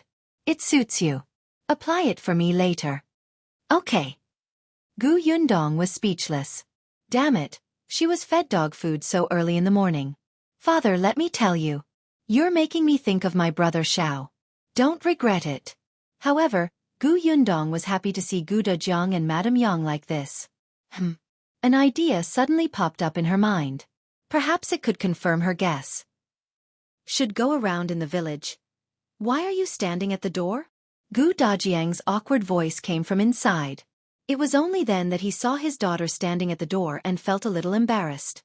But his hand was still holding the eyebrow pencil and his other hand was on Madame Yang's shoulder. He only used his eyes to signal Gu Yundong to leave quickly. Father, mother, come out for breakfast first. Seriously, it was fine if they woke up late, but they were still dilly-dallying. She looked down on them. She turned around and left. She quickly returned to her room and saw Gu Yunka sitting on the bed in a daze. Her hair was standing up on her head. Her eyes were filled with confusion, as if she had not realized where she was. When she saw Gu Yundong enter, her eyes widened and she got up from the bed. Eldest sister, you're really back. Gu Yundong went over to hug the little girl. Why?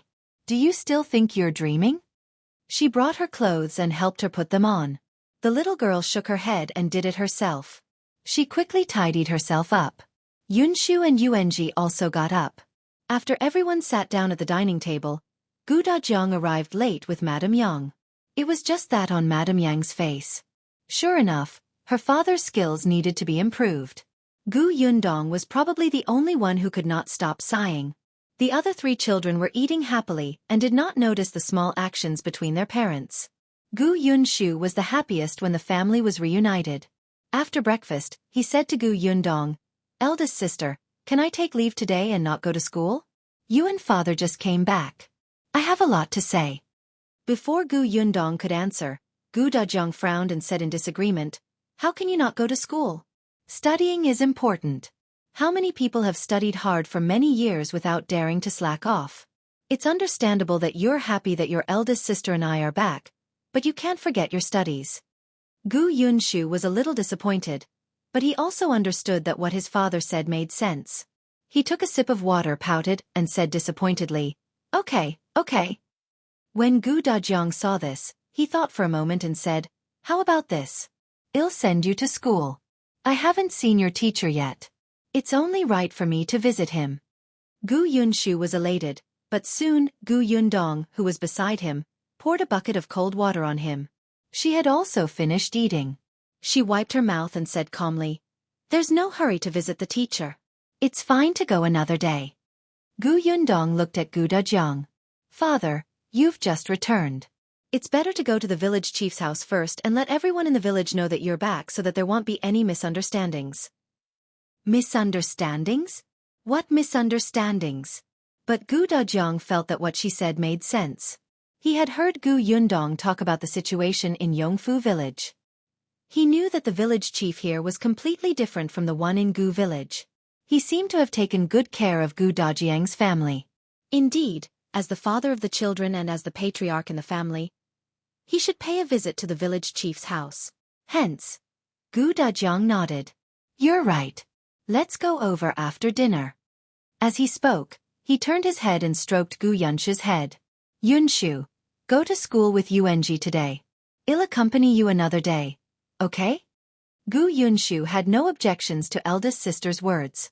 He immediately nodded. All right. Father, you're right to listen to eldest sister. I'll leave first." After saying that, he called Bian Yuanji and the 2 of them took their school bags and walked out of the door. Gu Dajiang's hand was still in midair, and his expression froze for a moment. Mutual knowledge. Gu Yundong wanted to laugh, but she held it in. After breakfast, Gu Yundong introduced the family to Gu Dajiang. Yesterday, they were so excited that almost the entire family was talking. They had never officially introduced Aunt Ku and the others. Now that they had calmed down, everyone gathered together. Gu Dajiang was grateful to Aunt Ku. He thanked her solemnly. "I heard from Yundong that when they just came to the Xuanhe prefecture and were homeless, they only had a place to stay because of your care. I'm deeply grateful for your kindness to my wife and children." "Thank you." Aunt Ku could still teach Gu Yundong, a junior, a few words, but to the knowledgeable and loyal Gu Dajiang, she was a little humble. "Don't say that. I'm lonely living alone. It's more lively with them accompanying me." Gu Dajiang met Xianxia again. Gu Yundong did not hide Xianxia's background from him. Gu Dajiang knew that it wasn't easy for her, so he told her to stay in peace. Their family was easy to get along with. Then it was the Tong family's turn. After seeing all the 6 people, Gu Dajiang's mouth couldn't help but twitch. So there were actually so many servants in his house? 2 days ago, Yundong had told him that there were not many servants in the family, and she needed to buy more? He looked at Gu Yundong with a complicated gaze. Gu Yundong blinked. Father, is there a problem? No. In the end, it was Xuerong. Xuerong would follow Gu Dajiang in the future and help run errands.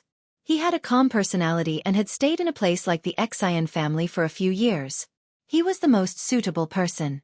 After the family officially met, Gu Dajiang planned to take a walk at the village chief's house.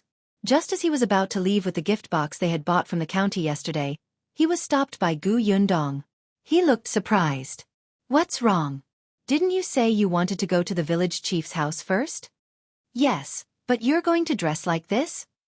Gu Dajiang looked down at his clothes. Aren't they pretty good? They're clean and neat. They were neither too rich nor too sloppy. It looked like he was going to the village chief's house to chat as a guest. There was no sense of distance. Gu Yundong shook her head. No. She sized Gu Dajiang up for a while before turning around and running towards the main house. Wait for me. As she spoke, she opened the wardrobe and found a new set of long gowns. She had bought this set of clothes at Wanqing Prefecture. Before he came back, Gu Yundong had bought many things for Gu Dajiang. She unfolded her clothes and looked at them. She nodded, indicating that she was very satisfied. Dad, wear this. Gu Dajiang looked at her with an expression that said, What's wrong with my daughter? Why does she care so much about my appearance? Could it be that there was really something wrong with his clothes? He could not help but look down again. In the end, under Gu Yundong's insistence, he changed. The new clothes could not be considered extravagant, but the workmanship was excellent. Most importantly, the new clothes made him look especially elegant. Even Madame Yang's eyes lit up. Gu Yundong smiled. All right, let's go. Gu Dajiang only felt that she was very strange. He wanted to ask, but it was getting late. If he delayed any longer, he would arrive at the Chen family's house in time for lunch. Therefore, he could only carry his things and bring his family out. However, Gu Yundong paused before she left and called Xuerong and Tong Shuitao over. Dong Xiulan was stunned. The two of them were confused until Gu Yundong gave them some instructions in a low voice. They nodded solemnly and left the Gu family and Yongfu village. Only then did Gu Yundong catch up to Gu Dajiang. The family of four was quite good-looking, and they were especially eye-catching on the road. As soon as Dong Xiulan went out, she saw four people walking towards her. Especially when she saw Gu Dajiang carrying Gu Yunka, she was stunned. Who is this? Not only was he carrying little Kiki, but he was also so close to Madame Yang. If others saw this, wouldn't they gossip? It was Gu Yundong who greeted her first. Aunt, are you going to wash your clothes? Dong Xiulan nodded, but her curious gaze kept looking in Gu Dajiang's direction. This is my father. He just returned yesterday. I'll bring my father to the village chief's house first. Welcome to Auntie's place another day. Dong Xiulan was a little stunned. It took her a while to react. Your father? Yundong, you found your father? Yes, I found her. Gu Dajiang nodded at her. It's the Zheng family's sister-in-law, right? I haven't been around these few days. Thank you for taking care of them. Dong Xiulan was stunned. She shook her head subconsciously. No. They took care of us. Gu Yundong waved his hand and left with Gu Dajiang. Dong Xiulan couldn't help but swallow her saliva. When they were far away, she suddenly slapped her thigh. She carried the wooden basin back to the courtyard and rushed to Jianghu. This is unbelievable. Jianghu was about to stand up when he was suddenly shocked by her. He fell back into the chair and immediately frowned. Why are you so shocked? You even asked me to pay attention to my legs. Look, you scared me. Dong Xiulan couldn't care less about his legs now. Her face was filled with shock. You don't know who I saw just now. Who? Yundong and her family. Jianghu couldn't help but want to touch her to see if she had a fever. Don't you see her family every day? Do you have to make such a fuss? No, I'm talking about her family. Besides Yundong and her mother, there's also her father. Jianghu glanced at her. Of course, her mother and father. He paused halfway. Huh? He said. Who did you just say? Her father, Gu Dajiang. The one who lost contact with them on the way to escape. He's back. The thing in Zhang Hu's hand fell to the ground with a bang. Really? I saw it with my own eyes. How can it be fake? Dong Xiulan slowly calmed down. Then she sighed. It's finally over. Her family has reunited. Previously, in order to find her father, Yundong even left home for a long time. Her father is really similar to Yunshu. He looks even more magnanimous and knowledgeable than Jiang Yongkong. I feel like I don't know where to put my hands and feet in front of him. Zhang Hu saw that she had no intention of helping him pick up things, so he could only prop up his legs and bend down to reach for them. He answered casually, "Isn't that normal? Yundong's father is really educated. Yunshu used to know a lot of words. I heard that it was his father who taught him. Those who are really knowledgeable give off a different feeling from the inside out." "Oh, you know what feeling is?" Dong Xiulan said in amusement. "Gu Yundong's father is really back. Why wouldn't I know? Look at Jiang Yongkong. Although he's dressed decently, is energetic, and speaks politely, you can tell at a glance that he hasn't studied." Dong Xiulan was puzzled. "You don't seem to like Jiang Yongkong. Didn't he help bring you back earlier?" Zhang Hu stood up and walked out. "What's there not to like? He's from town, and I'm just a farmer. It should be he who doesn't like me. I just feel uncomfortable talking to him." He thought about it and didn't know how to express it. He likes to talk word by word. He starts quoting ancient books after 2 sentences. I get a headache and can't chat with him. "Then you're finished. Yundong's father has studied, so there's a lot of ink in his stomach. He must know more words. When he comes to visit us later, you won't be able to entertain him." Zhang Hu shook his head. This is different. It wasn't like he hadn't spoken to a scholar before. For example, Mr. Chen had come to Yongfu village a few times before. He had only met him twice at the door and spoken more than a few words. However, there was no awkwardness. Instead, it made people feel very comfortable. Mr. Chen didn't talk too much.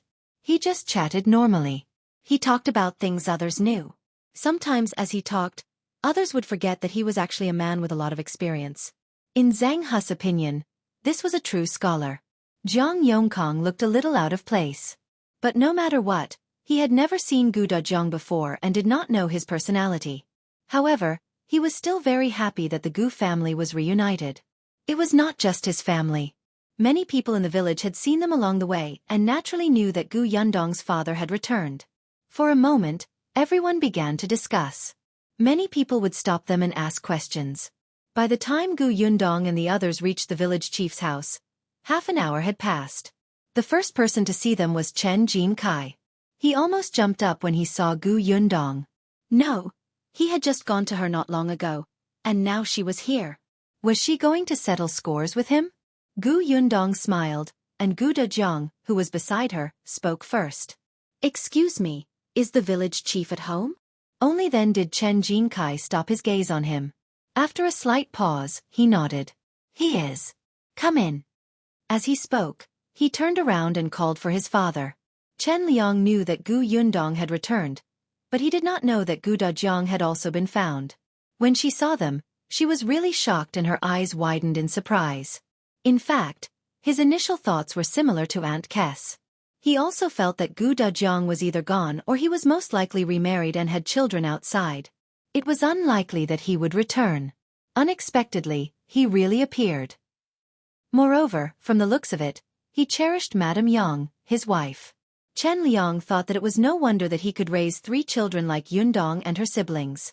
As expected, a father had a huge impact on his children. As Chen Liang spoke to Gu Dajiang, he thought about many things. When he knew that Gu Dajiang had come to his house as soon as he returned, he couldn't suppress the joy on his face. This meant that the man valued him. Scholars were indeed different. They knew etiquette. In his happiness, Chen Liang could not help but pull him along and say a few more words. It was only when Gu Yundong saw that it was almost lunchtime that she interrupted them and expressed that they had to go back. However, before she left, she took another look at Chen Jincai. Arrangements for Chen Jincai's heart trembled a little under that gaze. She was here. She was indeed here. As expected, she would complain to his father that he had gone to her in private for the job. If he had known earlier, he wouldn't have been so kind. He even told her that someone had designs on her mother. Gu Yundong did not know that he was mentally prepared to retort at any time. She said to Chen Liang, "Uncle Chen, I have something to discuss with you." "Yes? Tell me." Chen Jincai widened his eyes and hurriedly said, "I don't think there's any good business. Here it goes. I'm still lacking someone. I want to find someone experienced to work at my place. Brother Chen is a good person. I wonder if you're willing to let him come." Gu Yundong ignored Chen Jincai and told him her plan. Chen Jincai was stunned, and so was Chen Liang. He glanced at his eldest son and frowned. What did she mean by Brother Chen is a good person? The Gu family's girl had just returned yesterday evening and came over so early today. She had never even met Jincai before. How could she have the impression that he was a good person? This was clearly an excuse for his sake. She must have heard about his family's matters and was taking care of him. However, Chen Liang felt that he could not push his luck. Although he was the village chief, he could not have such privileges.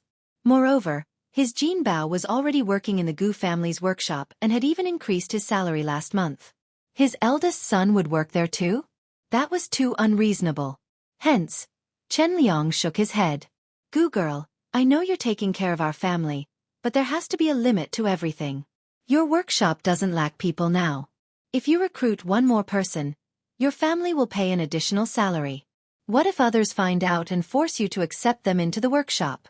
It doesn't matter if you recruit one, but what about 5 or 10? That's not how things work." Chen Jincai's originally happy expression suddenly froze and he turned his head away angrily. Gu Yundong could not help but laugh. "Uncle Chen, you're thinking too much. I'm not asking Brother Chen to work at my house for your sake. I do need to recruit people, and they're not going to the workshop. They're going to the county city." "What? To the county city?" "That's right. I plan to open a shop in the prefectural city in a few days. Shopkeeper Zhang in this county city is going to be transferred away. He has experience as a shopkeeper and has worked in the prefectural city in the past. Therefore, isn't the shop in this county city lacking people? I have to recruit a new one. I thought of Brother Chen. I heard that Brother Chen used to work in town and has someone under him. He must be capable. I'm afraid the position is too insignificant for him." "It's not insignificant at all.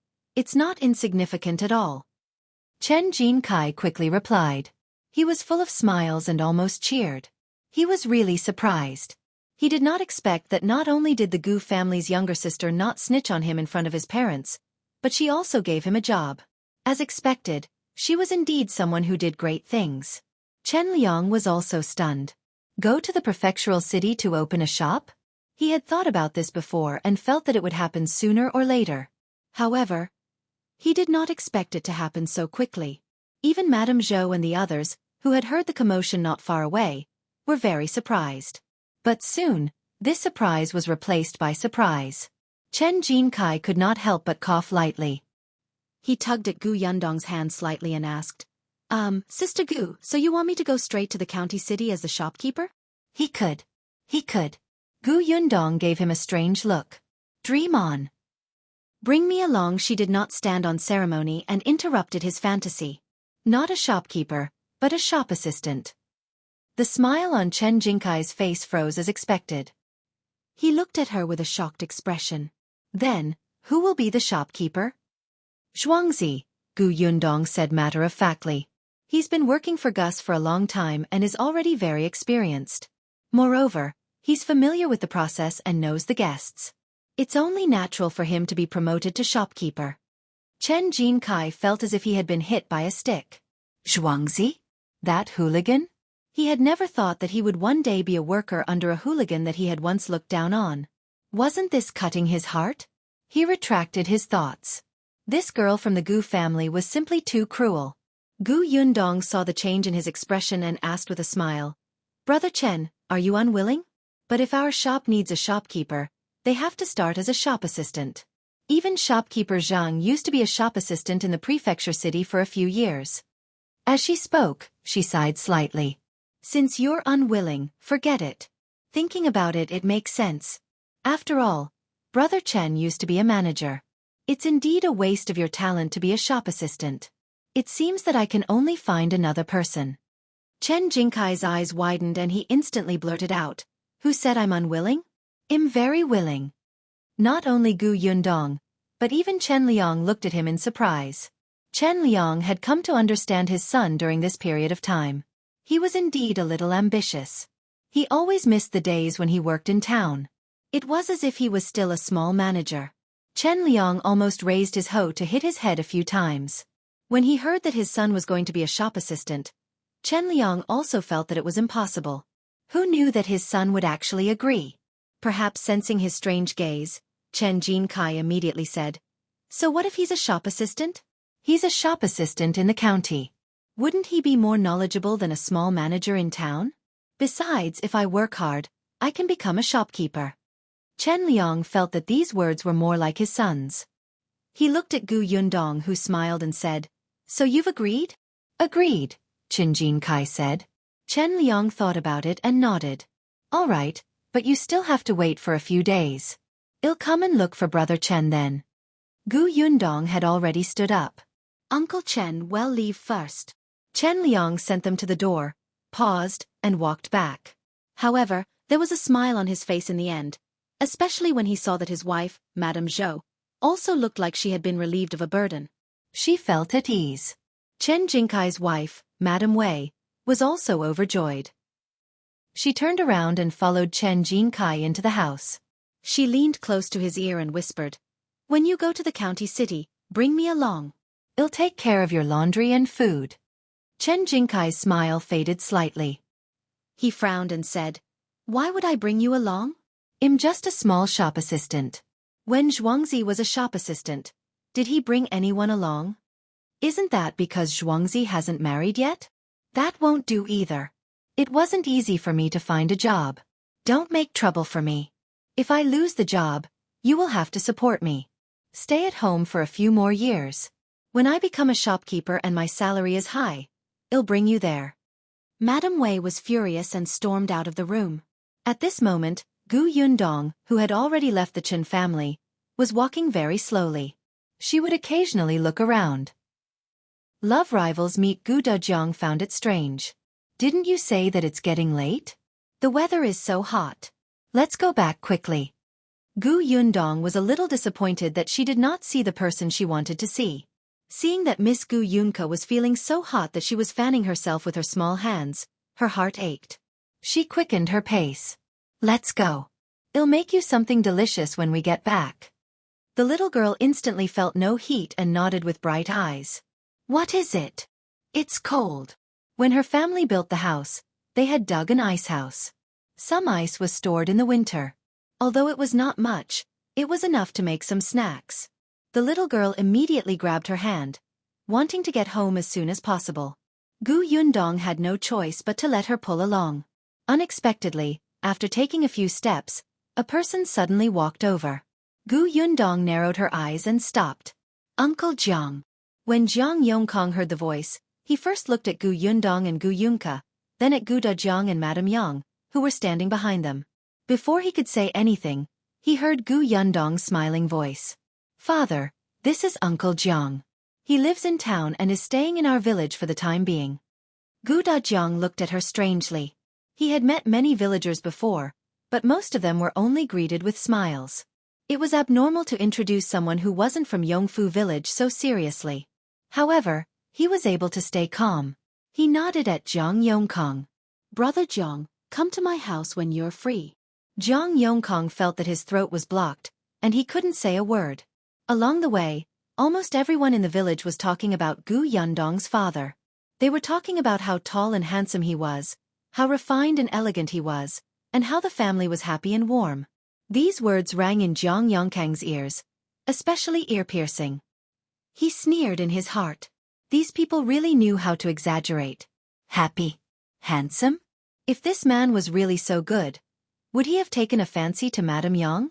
Would he have so much patience for a fool? In order to enter the Gu family's workshop, these villagers did not even care about their integrity. Their flattery was simply unbearable. Jiang Yongkong was very dissatisfied and unconvinced. He even went to the Zhang family to ask around. Unexpectedly, Zhang Hu said that this family had come to the village chief's house, so Jiang Yongkong rushed back. As expected, he bumped into the Gu family. However, he realized that the villagers were not exaggerating at all. This Gu Dajiang was younger than him, more knowledgeable, and taller than him. Moreover, he seemed to be really good to Madame Yang, and the way she looked at him was filled with dependence. Jiang Yongkong was furious at that moment, but there were 4 people standing opposite him. He could only suppress his anger and force a smile. You must be Brother Gu. I didn't believe it when I heard that you were back. I didn't expect it to be true. Yes, our family is finally reunited, Gu Dajiang said as he looked at Madame Yang gently. Madame Yang also turned around to look at him, her eyes seemingly shining. Jiang Yongkong clenched his fists and almost cursed. Gu Yundong had been secretly observing his expression. Seeing him like this, what could she not be sure of? Jiang Yongkong had indeed taken a fancy to her mother and wanted to seize the Gu family's assets. Humph! What a wishful thinking. After exchanging a few pleasantries, Gu Dajiang left with his wife and children. Only Jiang Yongkong stood at the back, his expression changing. I have something to ask you after a long time, he finally waved his hand. Ignoring the scorching sun above his head, he turned around and strode towards the village entrance. Gu Yundong glanced at the direction he had left from the corner of her eye, and her mouth curled up slightly. She heard a cough behind her. She subconsciously turned her head and met Gu Dajiang's meaningful expression. What's going on? Talk to me after we're home. Gu Yundong laughed dryly. Her father was indeed her father. His acuity was not something to be taken lightly. With such a father around, Gu Yundong did not hide it. When she returned home, she told him her guess. Gu Dajiang's expression instantly darkened. You should have told me earlier. I could have beaten him up just now. He sneered, feeling extremely disgusted. Such a person actually dared to covet his wife and wanted to snatch his assets? Such an ugly guy. Gu Yundong clicked her tongue. She did not expect her father to be a belligerent person. Since you already know his scheme, what do you plan to do next? Gu Yundong said, let's take another look and see if my other guess is right. She thought that if her deduction was correct, Jiang Yongkong should have already left the village and gone to town. Indeed, he rushed all the way under the sun and finally arrived at the entrance of the town after noon. At this moment, his mouth was very dry. Coupled with his anger, his expression was especially ugly. Therefore, he did not notice that there was a man and a woman sitting in a tea shop at the entrance of the town. They faced the direction of the town and narrowed their eyes when they saw him. Miss is right. He really came. Tong Shuitao lowered her voice and covered half of her face, as if she was afraid that Jiang Yongkong would recognize her. Shui Rong, who was sitting beside her, was very calm. He took a sip of tea and said slowly, he came a little later than expected. Yes, I've already drunk a few cups of tea. Tong Shuitao originally wanted to eat something to fill her stomach, but now that it was filled with water, she decided to forget it. On the other side, Jiang Yongkong didn't even have the time to drink tea. He wiped his sweat and continued walking. Tong Shuitao quickly pushed Shui Rong. Hurry up and follow him. Okay, wait here. Shui Rong stood up and slowly followed Jiang Yongkong. He had just arrived at Yongfu village and was a stranger. Jiang Yongkong had never seen him before. Even if they met face to face, he would not know that Shui Rong was from the Gu family. Therefore, he walked openly. No one would think that he was following someone at this moment. Jiang Yongkong was even less energetic after a long journey. He turned corners in the town with familiarity. After walking for about 15 minutes, he finally stopped outside a small courtyard. Shui Rong stood at the corner and casually glanced over. Jiang Yongkong knocked on the door for a while and heard footsteps coming from inside. After a while, the door opened. When the person saw that it was him, he was stunned for a moment, but his voice was filled with dissatisfaction. Why are you here? You even came over so openly. Are you afraid that others want gossip? Cut the crap. Let me in first. I have something to ask you. Jiang Yongkong pushed that person away and strode into the courtyard. That person was dissatisfied and his face was filled with anger. However, since things had already come to this, he could only look outside the door angrily. Fortunately, it was very hot at this hour. There was no one outside, and the street was empty. No one should have seen Jiang Yongkong when he entered just now. Collusion. After the courtyard door closed, The man turned around and followed Zhang Yongkang in. Zhang Yongkang's expression was ugly. When he entered the house, he realized that there was another person inside. He immediately snorted. "You're here too? That's good. It saves me a lot of time. Why are you here? Shouldn't you be in Yongfu village?" Chen Yulan stood up and frowned. She looked a little uneasy. Madame Fong, who came in later, also muttered unhappily, "That's right. You came over at noon. Do you still want to come to my house for lunch?" She had always been stingy, especially when she had spent a lot of money in town. She was even more unwilling to pour him tea. Zhang Yongkang's already anxious mood was completely ignited by her words. "Eft, do you think everyone is like you? You don't have money and love face, yet you're still so stingy. You married a daughter and came to town with her. You look like you want to be raised by her in-laws." Madame Fong was so angry that she almost couldn't breathe. She pointed at Zhang Yongkang with a trembling finger. What did you say?" "All right, what are you arguing about?" Chen Yulan frowned. She was very frustrated.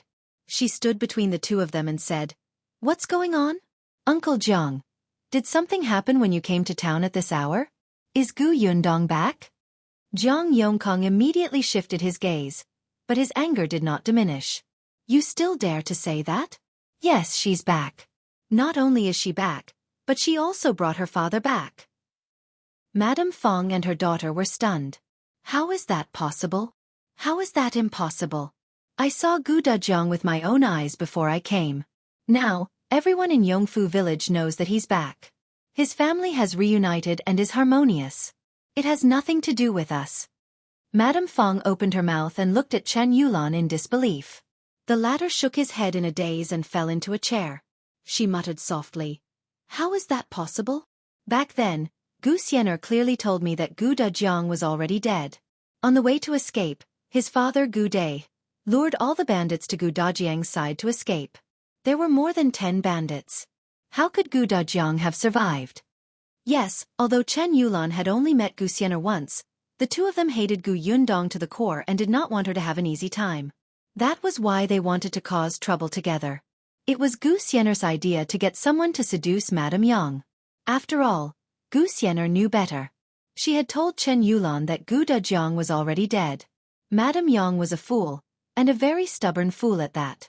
As long as she was settled, there would be no problem with Gu Yundong. But at that time, Gu Xianer did not know that Gu Yundong was a completely different person. Not to mention Madame Yang, even if she could deal with Yunshu and Yunka, it would be useless. However, Chen Yulan was interested. She hated Gu Yundong and coveted the Gu family's assets, especially that green brick house. She even dreamed of living in it. She felt that this plan was feasible and discussed it with Madame Fong when she returned. The two of them felt that they could give it a try. After some thought, they realized that Zhao Dafa from the village was not bad. His wife was gone, and he looked tall and mighty. His family background was also all right. Of course, they also knew that Zhao Dafa always hid his wife. Unexpectedly, when Zhao Dafa heard that he had to get close to the Gu family, he didn't even hear the whole story and directly rejected it. The fact that Gu Yundong had beaten up 4 hoodlums had completely frightened Zhao Dafa. Chapter 535. Perhaps Gu Dajiang is fake. Madame Fong and her daughter were furious, but at the same time, they understood that it was unrealistic to look for someone in the village. Chen Yulan wanted to see Gu Xianer again and ask her for an idea. However, Gu Xianer couldn't leave the Peng family at all. Later on, Chen Yulan heard that she had become Peng Zongfei's concubine and couldn't even see her. She didn't know if she was dead or alive. Madame Fong and her daughter could only put this plan on hold until Chen Yulan married into the Wu family in town. The town was not big. Madame Fong had bumped into Zhang Yongkang by accident. At that time, he was chatting with a married woman. Although it was called a chat, it was actually an indistinct seduction. The woman even gave him a small gold ring. Madame Fang's eyes lit up. This woman's husband was a refined and handsome man. His family background was not bad either. With such a husband, the woman was actually seduced by Zhang Yongkang and even gave him money. What did it mean? This meant that Zhang Yongkang was very good at coaxing women. In addition, he looked like a scholar. Wasn't he similar to Gu Dajiang? Madame Fong went back and told Chen Yulan. The two of them found Jiang Yongkong and told him about the Gu family situation. They hit it off almost immediately. Jiang Yongkong heard that the Gu family had a workshop and a shop, more than 100 acres of fields, and a unique green brick house in the village. There was no adult man in the family. As long as he hooked up with Madame Yang, wouldn't everything be his? So what if Madame Yang was a fool? Fools were easy to trick. The only one who was difficult to deal with was Gu Yundong. But she was just a young lady who had yet to reach adulthood. He had been running amok among women for so many years. Could he not deal with her? However, the truth was completely beyond his expectations.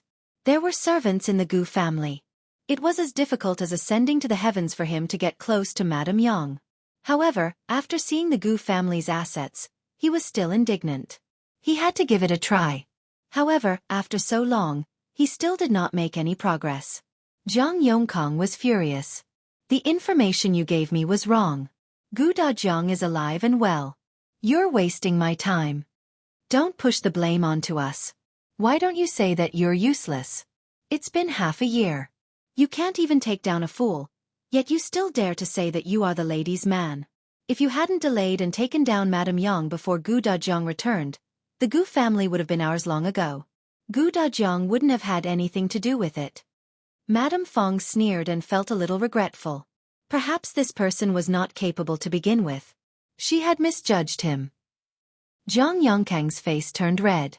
He almost wanted to hit her. It's easy for you to say. If you have the ability, go close to the Gu family and see if you'll be beaten out. Chen Xiulan felt dizzy from the noise. All right, why are you still arguing at a time like this? Humph. Jiang Yongkong sneered. Then tell me, what should we do now? Chen Xiulan frowned. I think something's wrong. Why did Gu Dajiang come back at this time? Are you sure it's Gu Dajiang? Could it be a fake? The two of them were stunned. That's impossible, right? Why not? Other than Gu Yundong's family, who else in the village knows Gu Dajiang? If they find someone outside and say that it's him, no one will suspect him. Chen Xiulan sneered and said, Anyway, Uncle Jiang, you go back first. I'll go back to the village with Mother tomorrow to take a look. Jiang Yongkong could only nod. Chapter 536. Passion of the Long Workers. No one knew that at this moment, under the window outside their house, a person was leaning against the wall in boredom, listening to the conversation between the three of them clearly. Shuirong knocked on the house next door and gave that person a tael of silver. He told the other party that he was here to catch the adulterer. Then, he climbed over the wall of this house and entered Madame Fang's courtyard. Madame Fang had just moved here not long ago and was a widow. She was also a calculative person and naturally did not have a good relationship with the woman next door, who could not wait for her to be extremely unlucky and let Shuirong in without a word. Shuirong waited until Jiang Yongkong left with Madame Fang and her daughter before returning to the courtyard next door. The woman next door said excitedly, Young man, you're right. That Madame Fang is indeed restless. I secretly opened the courtyard door just now and saw a man sneaking out of the courtyard. Shuirong smiled at her. There's not enough evidence this time. It's not to the point of catching them in the act. Please keep it a secret for me and don't leak it. I'll definitely teach them a lesson next time. Okay. Don't worry. I promise I won't tell anyone. The woman even made an oath and agreed readily. Her eyes flickered with a gloating light. Only then did Shuirong quietly leave the courtyard. When he returned to the tea shop at the entrance of the town, Tong Shui Tao immediately welcomed him. How did it go? Did you see Jiang Yongkong leave? Tong Shui Tao shook her head. No. It made sense. This person had rushed to town without eating lunch or drinking water. He should be tired, hungry, and thirsty. It was more important to find a place to eat first. Then let's go back first. The two of them came in a carriage and did not need much time to return to Yongfu village. When they reached home, Gu Yundong was taking Gu Dajiang to the workshop to see how everyone was doing. At this time, there were already a lot more fruits. The 50 long-term workers in the workshop were all busy. As the Gu family only had one shop, although they also cooperated with the Lu family's restaurant, they could still meet the demand. When she opened the shop in the prefecture capital later, there would be too few people. When the time came, she would have to recruit people. When they saw Gu Yundong, everyone greeted her warmly. After knowing Gu Dajiang's identity, They congratulated him and said that her family's hardships had finally come to an end. Dajiang sighed when he saw this scene. Who would have thought that in such a short period of time, his family had gone from being a pitiful worm that was bullied by the old Gu family to one that now had a house, land, and even long-term workers. They walked around the workshop and Yundong asked about the situation. She learned that everything was fine. Not long ago, during the Dragon Boat Festival, the workshop had distributed a lot of meat dumplings for everyone to eat. This was Yundong's idea. On some special days, there would be a festive atmosphere. Even if there were not many things and they were not expensive, everyone would be more motivated in such an atmosphere. Therefore, when she left Yongfu village previously, she instructed Tong'an to get someone to buy some meat dumplings on the day of the Dragon Boat Festival. Everyone was very happy about this. They praised the Gu family's workshop fiercely, causing many people in the nearby villages to be envious. They asked when the Gu family's workshop would recruit more workers. Now that Yundong was back, someone quickly took the opportunity to ask, "Boss Gu, is our workshop still hiring?" Chapter 537. He's waiting at home. That's right, Boss Gu. When are we going to hire again? My younger brother from my maternal family is a capable person. He's very honest and diligent. He heard that the Gu family's workshop is great. He really wants to come. He asked me several times if it was recruiting. My maternal cousin is the same. He says he has endless energy and can do dirty and tiring work. Yes. My cousin-in-law also said that she wants to try. Everyone present had relatives. Since they had such a good job, they naturally wanted to help their families. It was best if everyone was good. Yundong waited for them to finish asking before he smiled and said, "Indeed, we will recruit people again. After some time, you can ask your brothers, sisters, or cousins to give it a try. But I must state beforehand that my requirements are very strict." Of course.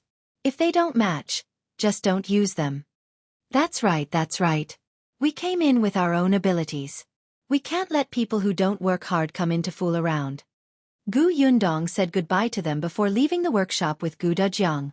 On the way back, Dajiang's face was filled with obvious joy. "Father, do you want to go to the orchard to take a look?"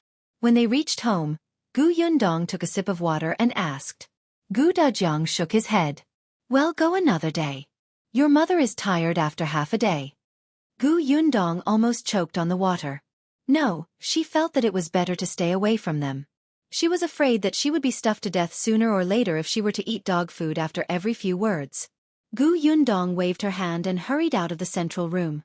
Then, she saw Shuirong and Tong Shui Tao, who had returned. "Did you find out?" she asked as she walked up to them. Shuirong nodded and lowered his voice. "Miss, you're right. Jiang Yongkong did go to town in a hurry to meet Madame Fong and her daughter." He recounted everything he had seen and heard along the way. Yundong sneered.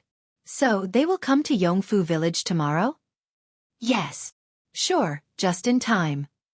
Yundong could not understand what was wrong with Madame Fong and her daughter's brains. Why did they think that Jiang Yongkong could claim the Gu family? Their intelligence was indeed not presentable. Yundong clicked her tongue. He turned around and realized that Dajiang was standing behind him. "Father, did you hear everything?" "Yeah." "Then, are you still going to Yunshu's school tomorrow?" "That can wait. I'll wait at home tomorrow and see what they want." Yundong felt that her father's murderous aura was not as simple as he said, right? "Dad, don't tell me you really want to beat up Jiang Yongkong?" Dajiang turned around and returned to his room. He didn't deny it. Did he really want to attack? Yundong rubbed her forehead. As he wanted to find trouble with Jiang Yongkong, Dajiang didn't mention going to school the next day. After Yunshu and Yuanji left, he waited at home. However, no one came. Dajiang couldn't sit still, so he got up and left the Gu residence. This place was close to the foot of the mountain. In the past there were not many people. Now that there was the Gu family workshop and 2 large green brick houses erected, it was like the landmark of the village. There were a lot of people. However, there was no one around at this time. At the thought of the green brick house, Dajiang's gaze landed on another building not far away. She snorted coldly in her heart and was about to avert her gaze when the courtyard door suddenly opened. Chapter 538. The wrong person. Immediately after, a tall figure walked out. Gu Dajiang narrowed his eyes and looked over. He felt that this person was handsome, but his clothes were too eye-catching. This was Xiao Qingyuan? How could a farmer's boy dress up like this when he was walking around his village? Sure enough, with some money, he started to become arrogant and pretend to take himself seriously. Gu Dajiang snorted coldly. That person ran over excitedly and shouted happily, "Yundong, I heard that you're back?" Gu Dajiang's face darkened. Not only was he dressed inappropriately, but he also looked unreliable. Why would his daughter fall for such a person? Gu Dajiang took a deep breath and stepped in front of him. Lu Wei was stunned for a moment. He looked at the completely unfamiliar man in front of him in surprise. He blinked and asked, "Uncle, who are you? Why are you blocking me?"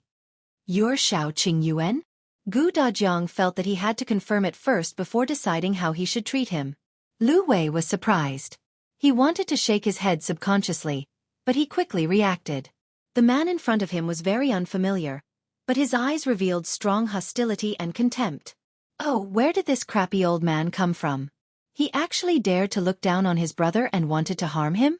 Lu Wei snorted coldly, raised his chin slightly and said very loyally, "So what if I am?" "So what?" Gu Dajiang really wanted to slap him. This person wasn't a good person. He took himself seriously just because he had some money. He was rude and arrogant. If Yundong married him in the future, wouldn't she be bullied to death? He glared at Lu Wei. "Hurry up and get lost." "Why? Who do you think you are? How dare you tell me to get lost?" Lu Wei was in disbelief. Where did this idiot come from? It was fine if he didn't know him, but he actually dared to chase him away on his territories? Lu Wei did not know that Gu Yundong's father had returned. He had heard from Zhuangzi that Gu Yundong had returned when he was buying canned food at Gus yesterday. He was too excited and did not hear the rest of the sentence, so he hurriedly planned to come over. After all, she had gone out for a while. When she came back, she would definitely bring a gift for her good friend. Lu Wei didn't feel embarrassed or guilty at all for taking the initiative to ask for a gift. This morning, he came to Yongfu village in a hurry. As usual, he went to the Xiao family first to look for Xiao Qingyuan, but he was not around. Lu Wei turned around and left the house. Then, he ran towards the Gu residence. However, he did not expect that there would be a door guardian at the entrance of the Gu residence. Moreover, it was a super unreasonable door guardian. His temper was rising. "Do you know what price the person who told me to scram last time paid? Let me tell you, the grass on his grave is already as tall as you.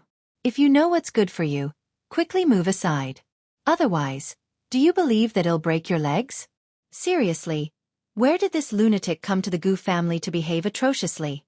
Gu Dajiang was so angry that he almost fell backward. He took 2 steps forward and pushed him impatiently in the direction of the Xiao family. "Just get lost. Don't show off in front of me. Even if you have some money, you're calling yourself young master? Let me tell you, this is forgetting your roots. I won't agree to my daughter's marriage with you." Lu Wei was caught off guard and was really pushed back more than 10 steps by him.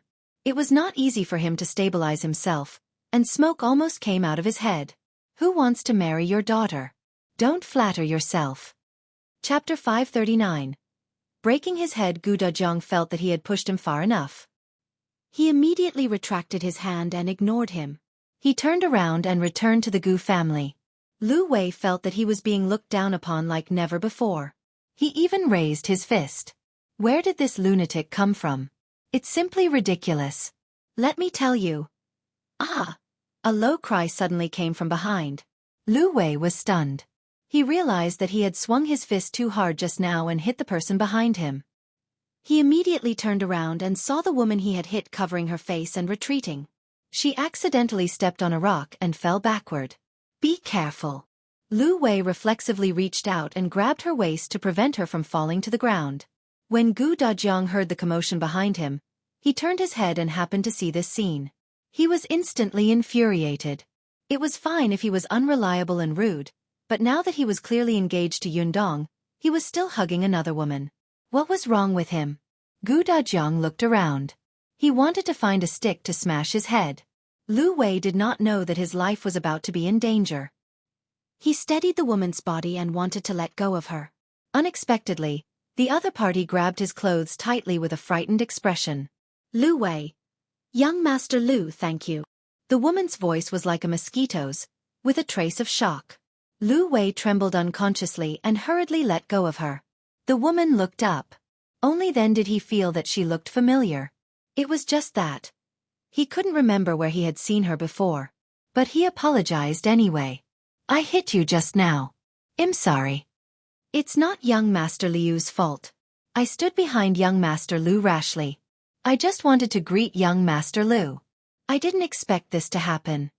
Lu Wei frowned. If you want to greet me, so be it. Why were you standing behind me pretending to be a ghost? However, it was good that the other party was fine. He took 2 steps back and was about to leave when another woman walked out. Lu Wei also felt that she looked a little familiar. He just couldn't remember where he had seen them before. Strange, when did his memory become so bad? Madame Fong and her daughter were very happy to see him. Although Chen Yulan was married, she still couldn't help but be interested in a young master like Lu Wei. She was a little surprised to be hit by him while standing behind him, but it was true that she wanted to get close to him. Unexpectedly, he actually hugged her. Madame Fong, who had arrived a step later, frowned and bumped into her, signaling her with her eyes not to forget her identity. However, Chen Yulan felt very aggrieved.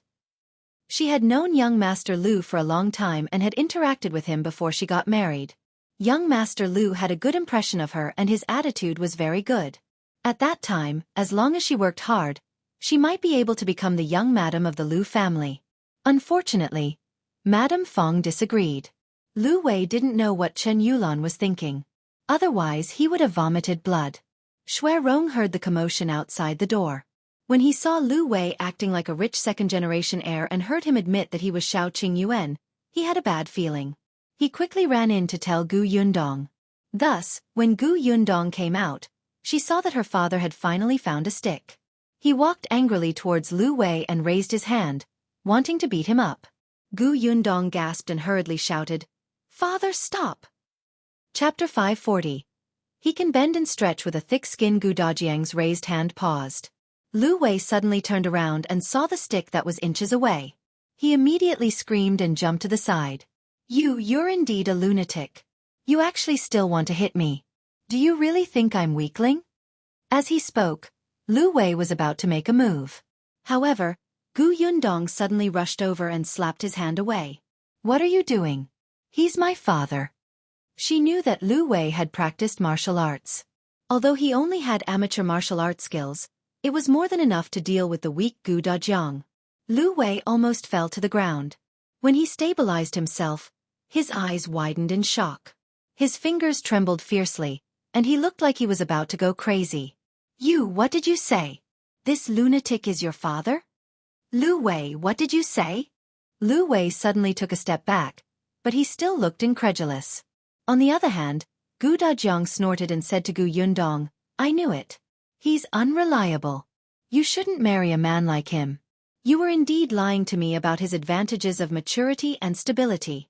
How is he reliable?" As he spoke, he turned to look at Lu Wei. "Xiao Qingyuan, if you want to marry my daughter, do it in your next life." Gu Yundong was speechless. What happened?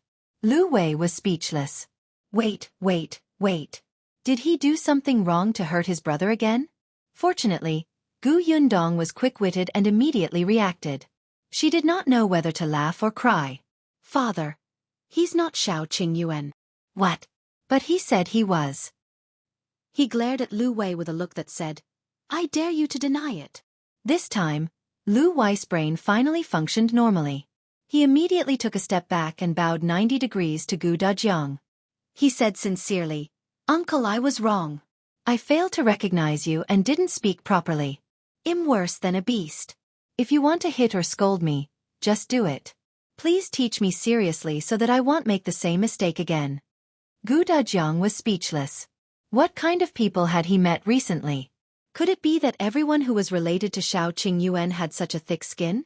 The corners of Gu Yundong's mouth twitched. Lu Wei's cultivation level had increased by another level. It seemed that in the past few months when she was not around, he had really improved. Looking at Gu Dajiang's furious expression, She finally touched her forehead and said in a low voice, "Father, this is Lu Wei, the young master of the Lu family." Gu Dajiang was stunned. Of course, he had heard of Lu Wei. When Gu Yundong mentioned this friend, she sounded very happy and comfortable. It was said that he was an outgoing young master who did not put on any airs. Old Master Lu had also taught Yundong a lot of business matters. Second young Master Lu was also Yunshu's classmate. For their sake, Gu Dajiang had a good impression of Lu Wei. However, these good impressions were completely shattered during their meeting and conversation just now. He couldn't help but sigh. He glanced at Lu Wei and said angrily, "All right, if there's anything, let's talk inside.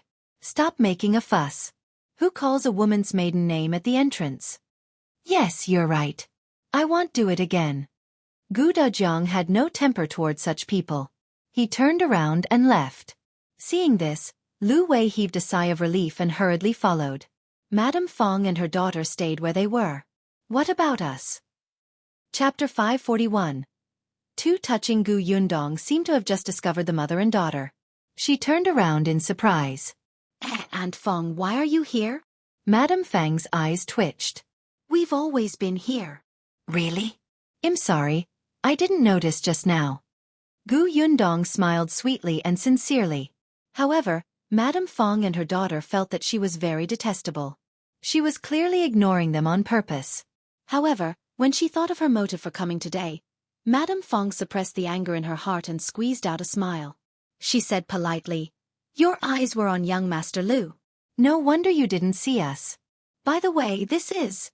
She glanced at Gu Dajiang and asked. Gu Yundong found it funny. Didn't this woman hear her call him father just now? The woman even had an innocent expression on her face. "Aunt Fong, you're a widow. Isn't it inappropriate for you to ask about a man's identity?" Madame Fong was speechless. She really hated Gu Yundong. Xiulan awkwardly changed the topic. "Mother, you're too much. Didn't Yundong call him father just now? He must be Uncle Gu." As she spoke, she smiled and called out to Gu Dajiang. However, she quickly revealed a puzzled expression. "But Yundong, didn't I hear that Uncle Gu went missing? How did you find Uncle Gu?" Gu Yundong looked at her with a faint smile. "How did I find him? Actually, I didn't find him. My father has been looking for us. My father is a person who values friendship and loyalty. Ever since he lost contact with us, he hasn't eaten a full meal or slept well. He took out all the money on him to find out the whereabouts of his wife and children. Sigh, the heavens don't let down hard-working people. After a lot of hardship and trouble, our family is finally reunited." Xiulan's face was twisted. It was as if she didn't say anything. Lu Wei wiped the corners of his eyes. "It's so touching." Gu Yundong. Gu Dajiang was speechless. Madame Fong and her daughter were even more speechless. Although the truth was quite touching, Gu Yundong's exaggerated expression and prolonged voice made it sound like she was reciting a book. Gu Yundong could not be bothered with Lu Wei's abundant feelings. She said to Madame Fong and her daughter, "If there's nothing else, well, go in first." Xiulan wanted to stop her. This woman had no manners at all. They were already in front of her house, but she didn't intend to let them in. She didn't invite them to drink some sugar water before leaving. However, Gu Yundong pretended not to hear anything. She turned around and entered the door. When the door closed, she blocked Madame Fong and her daughter outside. The two of them stomped their feet in anger, but there was nothing they could do. They could only glare angrily at the door and turn around to leave. That Gu Dajiang is somewhat similar to Gu Yunshu. Could he really be Gu Yundong's biological father? As Xiulan walked back, she knitted her brows and murmured, "How could it be so coincidental? Did they really find him? Mother, what should we do next? It won't be easy for Uncle Jiang to have any ideas about Gu Yundong's foolish mother. Even if he succeeds, with Gu Dajiang around, the Gu family's assets won't fall into his hands. At most, Gu Dajiang will divorce Madame Yang and let her marry into the Jiang family." At the thought of this, Xiulan felt very depressed. All the preparations she had made for so long were in vain. She kicked the stone under her feet in frustration. Suddenly, she realized that it had been very quiet beside her. She had said so much, but her mother did not reply. She turned around in surprise and looked at Madame Fong. Mother, I'm talking to you. Did you hear me? Chapter 542. Fond of Gu Dajiang, Madame Fong suddenly stopped in her tracks. It was unknown what she was thinking, but her eyes suddenly lit up with burning ambition. Laner, that's Gu Dajiang, right? Chen Yulan blinked. Yes, Gu Yundong calls him father. Madame Fang's smile gradually widened. Gu Dajiang is quite good-looking. Moreover, I heard that he has studied before. He's a knowledgeable person. Chen Yulan knew her mother too well. When she heard this, how could she not understand what her mother was trying to do? But this was too whimsical. Mother, don't tell me you want to. Madame Fong glared at her. Why? Can't I think about it? Gu Dajiang is talented, handsome, and so rich. Think about it. If we let Jiang Yongkong seduce Madame Yang, we'll have to split the Gu family's assets equally with him. But if Gu Dajiang and I achieve something, the entire Gu family will be ours. When I win over Gu Dajiang, Gu Yundong will have to listen to me and do whatever I tell her to do.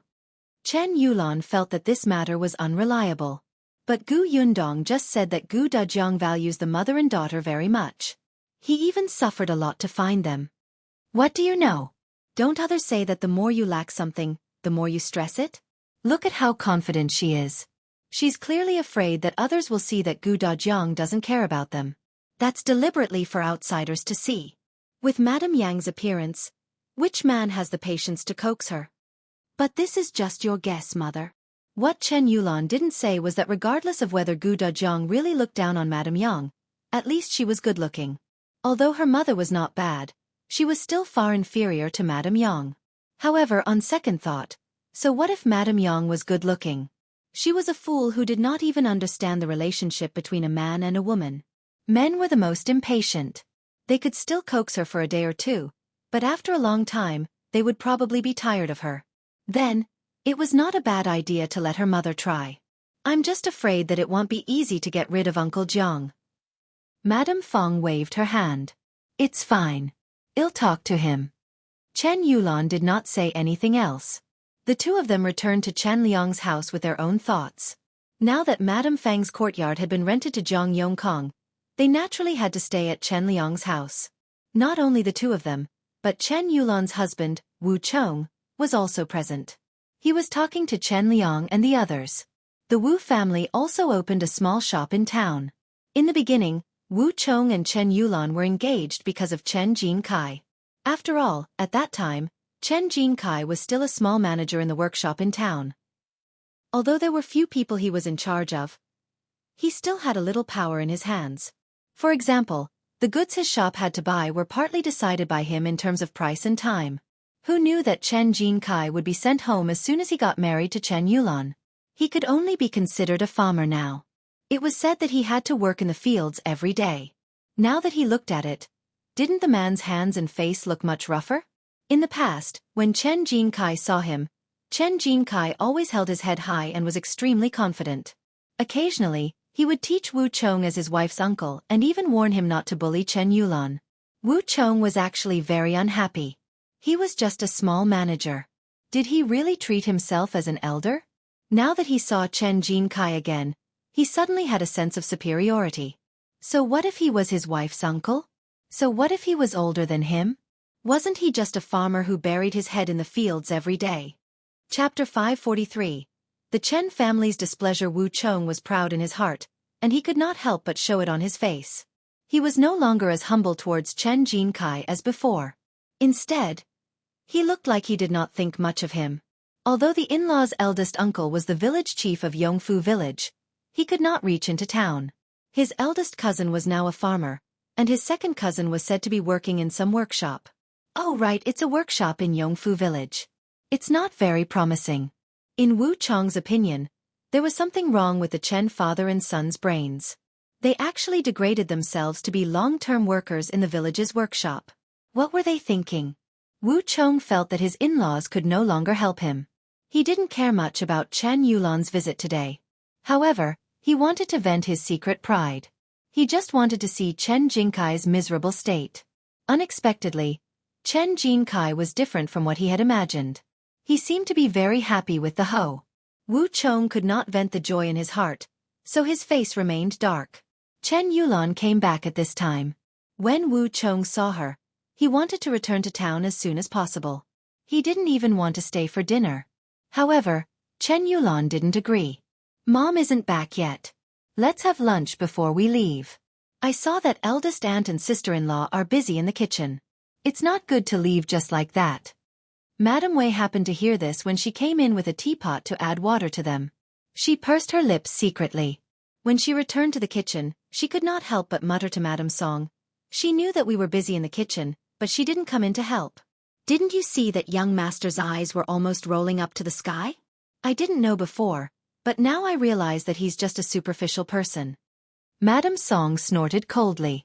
As she picked the vegetables, she said, "What's so strange about that? I already said that the Wu family is not a good match. Second aunt still thinks that I'm a busybody." The two sisters-in-law also had small conflicts on a daily basis, especially after they lived together at home. They often disliked each other. However, now that they were facing a common enemy, it was obvious that they really did not welcome the visitors. Madame Zhou berated. "All right, it's rare for her to come. It's only a meal. They'll leave after eating." Madame Wei muttered softly, "She's not willing to eat at our place. If it weren't for the fact that second aunt isn't back yet, they might have gone back." Madame Zhou paused. His second aunt isn't back yet? Where did she go in such a short time? There's no family in the village that she's especially close to. She couldn't figure it out. Madame Fong didn't like to go out in the past. After Chen Yulan got married, she only came back once or twice. At most, she would stay in their house and leave in less than 4 hours. This time, she said that she would accompany Yulan to meet her friends, but Yulan was already back. Where else could Madame Fong go? Madame Zhou and the others did not know that Madame Fong, whom they had missed, was at home not far from them. Not only her, but Zhang Yongkong was also at home. At this moment, the two of them were criticizing each other without showing any weakness. Madame Fong wanted to push the blame to him. "Gu Dajiang is indeed back. You haven't made any progress for so long. It's too late to do anything now. Let's not waste time and return to town." Zhang Yongkong was so angry that he wanted to laugh. "All right, I'll go back then. Where's the money? I spent so much time and I've stayed in this lousy place in the countryside for so long that I have lost weight twice. I can't possibly not get any benefits, right?" The two of them were so engrossed in their fight that they did not notice that someone was hiding outside with a cloth bag in his hand. Chapter 544. Something must have happened. Tong Ping did not follow Madame Fong to collect the fruits today. After receiving Gu Yundong's instructions, he quietly followed behind Madame Fong. When he saw her enter the courtyard, he sneaked to the back of the house when no one was looking. The wall here was much shorter, and one of the parts had collapsed. It was accidentally pushed down by too many people on Chen Yulan's wedding day. Madame Fong didn't repair it. Anyway, she was going to live in town. Although Zhang Yongkong moved in later, this wasn't his house, so he wasn't willing to pay so much money to repair it. Anyway, this was the backyard, so it didn't affect him much. Now, the wall was convenient for Tong Ping. With a little force, he quietly climbed in. Hearing the low-pitched argument coming from the house, Tong Ping shook the cloth bag in his hand and chuckled. After a while, not only did he hear the quarrel in the house, but he also heard the sound of footsteps coming from outside the courtyard. He knew that the time had come. He opened the cloth bag and pulled out a snake. The snake was emerald green in color, slender and long, about 1 meter long. At this moment, it was being dragged by Tong Ping, and it even wriggled a little uneasily. Tong Ping smiled. While the people inside were still talking, he stuffed the snake into the window. The snake's color was very conspicuous. Almost as soon as it appeared, the people in the room noticed it. "Ah!" A terrified scream sounded as expected. Tong Ping covered his mouth and laughed, but soon frowned. "That's not right. Why is it a male voice?" He secretly looked inside and his mouth twitched. In the room, Zhang Yongkang's face was pale. He pointed at the snake and quickly pounced into Madame Fang's arms. Cold sweat dripped down, and his lips trembled. "Snake, snake, how can there be a snake? Quickly chase it away, quickly chase it away, aha!" His terrified voice was unidentifiable as he hugged Madame Fong tightly. Madame Fong almost couldn't breathe. Compared to his scream of fear, Madame Fong was much calmer. Although she was a woman and usually did not go to the fields, she was not a lazy person. Sometimes, snakes would slither in her courtyard.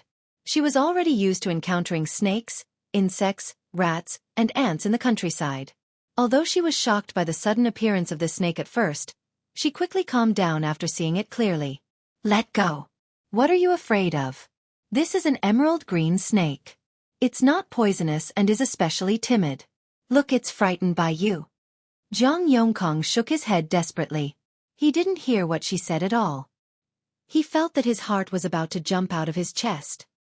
He closed his eyes and didn't even look. Hurry up and chase it away. I told you that I can't stay in this countryside. I won't come to this godforsaken place again. He had lived in town since he was young. He was not afraid of encountering a rat, but he was afraid of this slippery thing. Madame Fang's eyes lit up. He was so afraid of snakes, so she could use it to threaten him to return to town quickly. She thought quickly in her heart, but she didn't know that at this moment, a few people were passing by the entrance of their courtyard and happened to hear Zhang Yongkang scream, which was so loud that it almost shook the roof. The people who were about to pass by trembled and looked at each other. One of them immediately said worriedly, "It seems to be Brother Zhang's voice. He's screaming so badly. Could something have happened? Something must have happened. Maybe a thief broke in. Let's go in and take a look." Chapter 545. Revealing the adultery. The few of them immediately became anxious and went to push open the courtyard door without saying anything. The door was pushed open. No one thought too much about it. After all, it was broad daylight, and no one locked the courtyard in the countryside. As they entered the courtyard, they heard frightened voices coming from the room on the left. Everyone became even more worried. They rushed over and pushed open the door.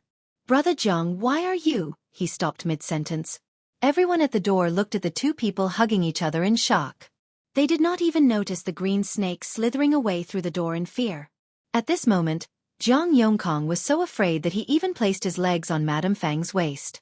Madame Fang could not withstand his weight and fell back onto the bed. In addition, she wanted to push him away and make him let go of her. Their clothes were loose and even their breathing was messy. In everyone's eyes, these two people were doing shameless things in broad daylight. The people at the door couldn't help but gasp. Madame Fang and Zhang Yongkong were also stunned. Their faces instantly turned pale, and there was only one thought in their minds: it was over. Both sides seemed to have come to a standstill until someone's sharp voice sounded. "You, the guy from Chen Tian's family, what are you doing?" Madame Fang trembled and Zhang Yongkong finally let go of her. Hearing this question, he hurriedly explained, "You've misunderstood. There's nothing between me and sister-in-law Chen. Just now, a snake came in. I was afraid, so I lost control." "Oh, who would believe that?" Soon, a mocking voice sounded. "A snake?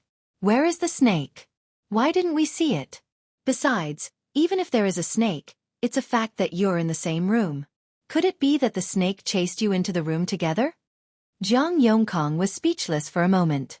He explained awkwardly, "We have something to discuss, so... What important matter do you have to discuss in the room alone? Tell us." "Haha, what else can it be? A man and a woman in the same room. Don't tell everyone that you don't know what it is. It's a big matter of giving birth." "Ha ha ha ha." The two women echoed each other. Madame Fang looked at them. These two were just two gossipy women who usually didn't get along with her. Why did she have to see them? What should he say? How should he explain? Madame Fang's mind went blank for a moment, not knowing what to do. Zhang Yongkong was also so anxious that his head was covered in sweat.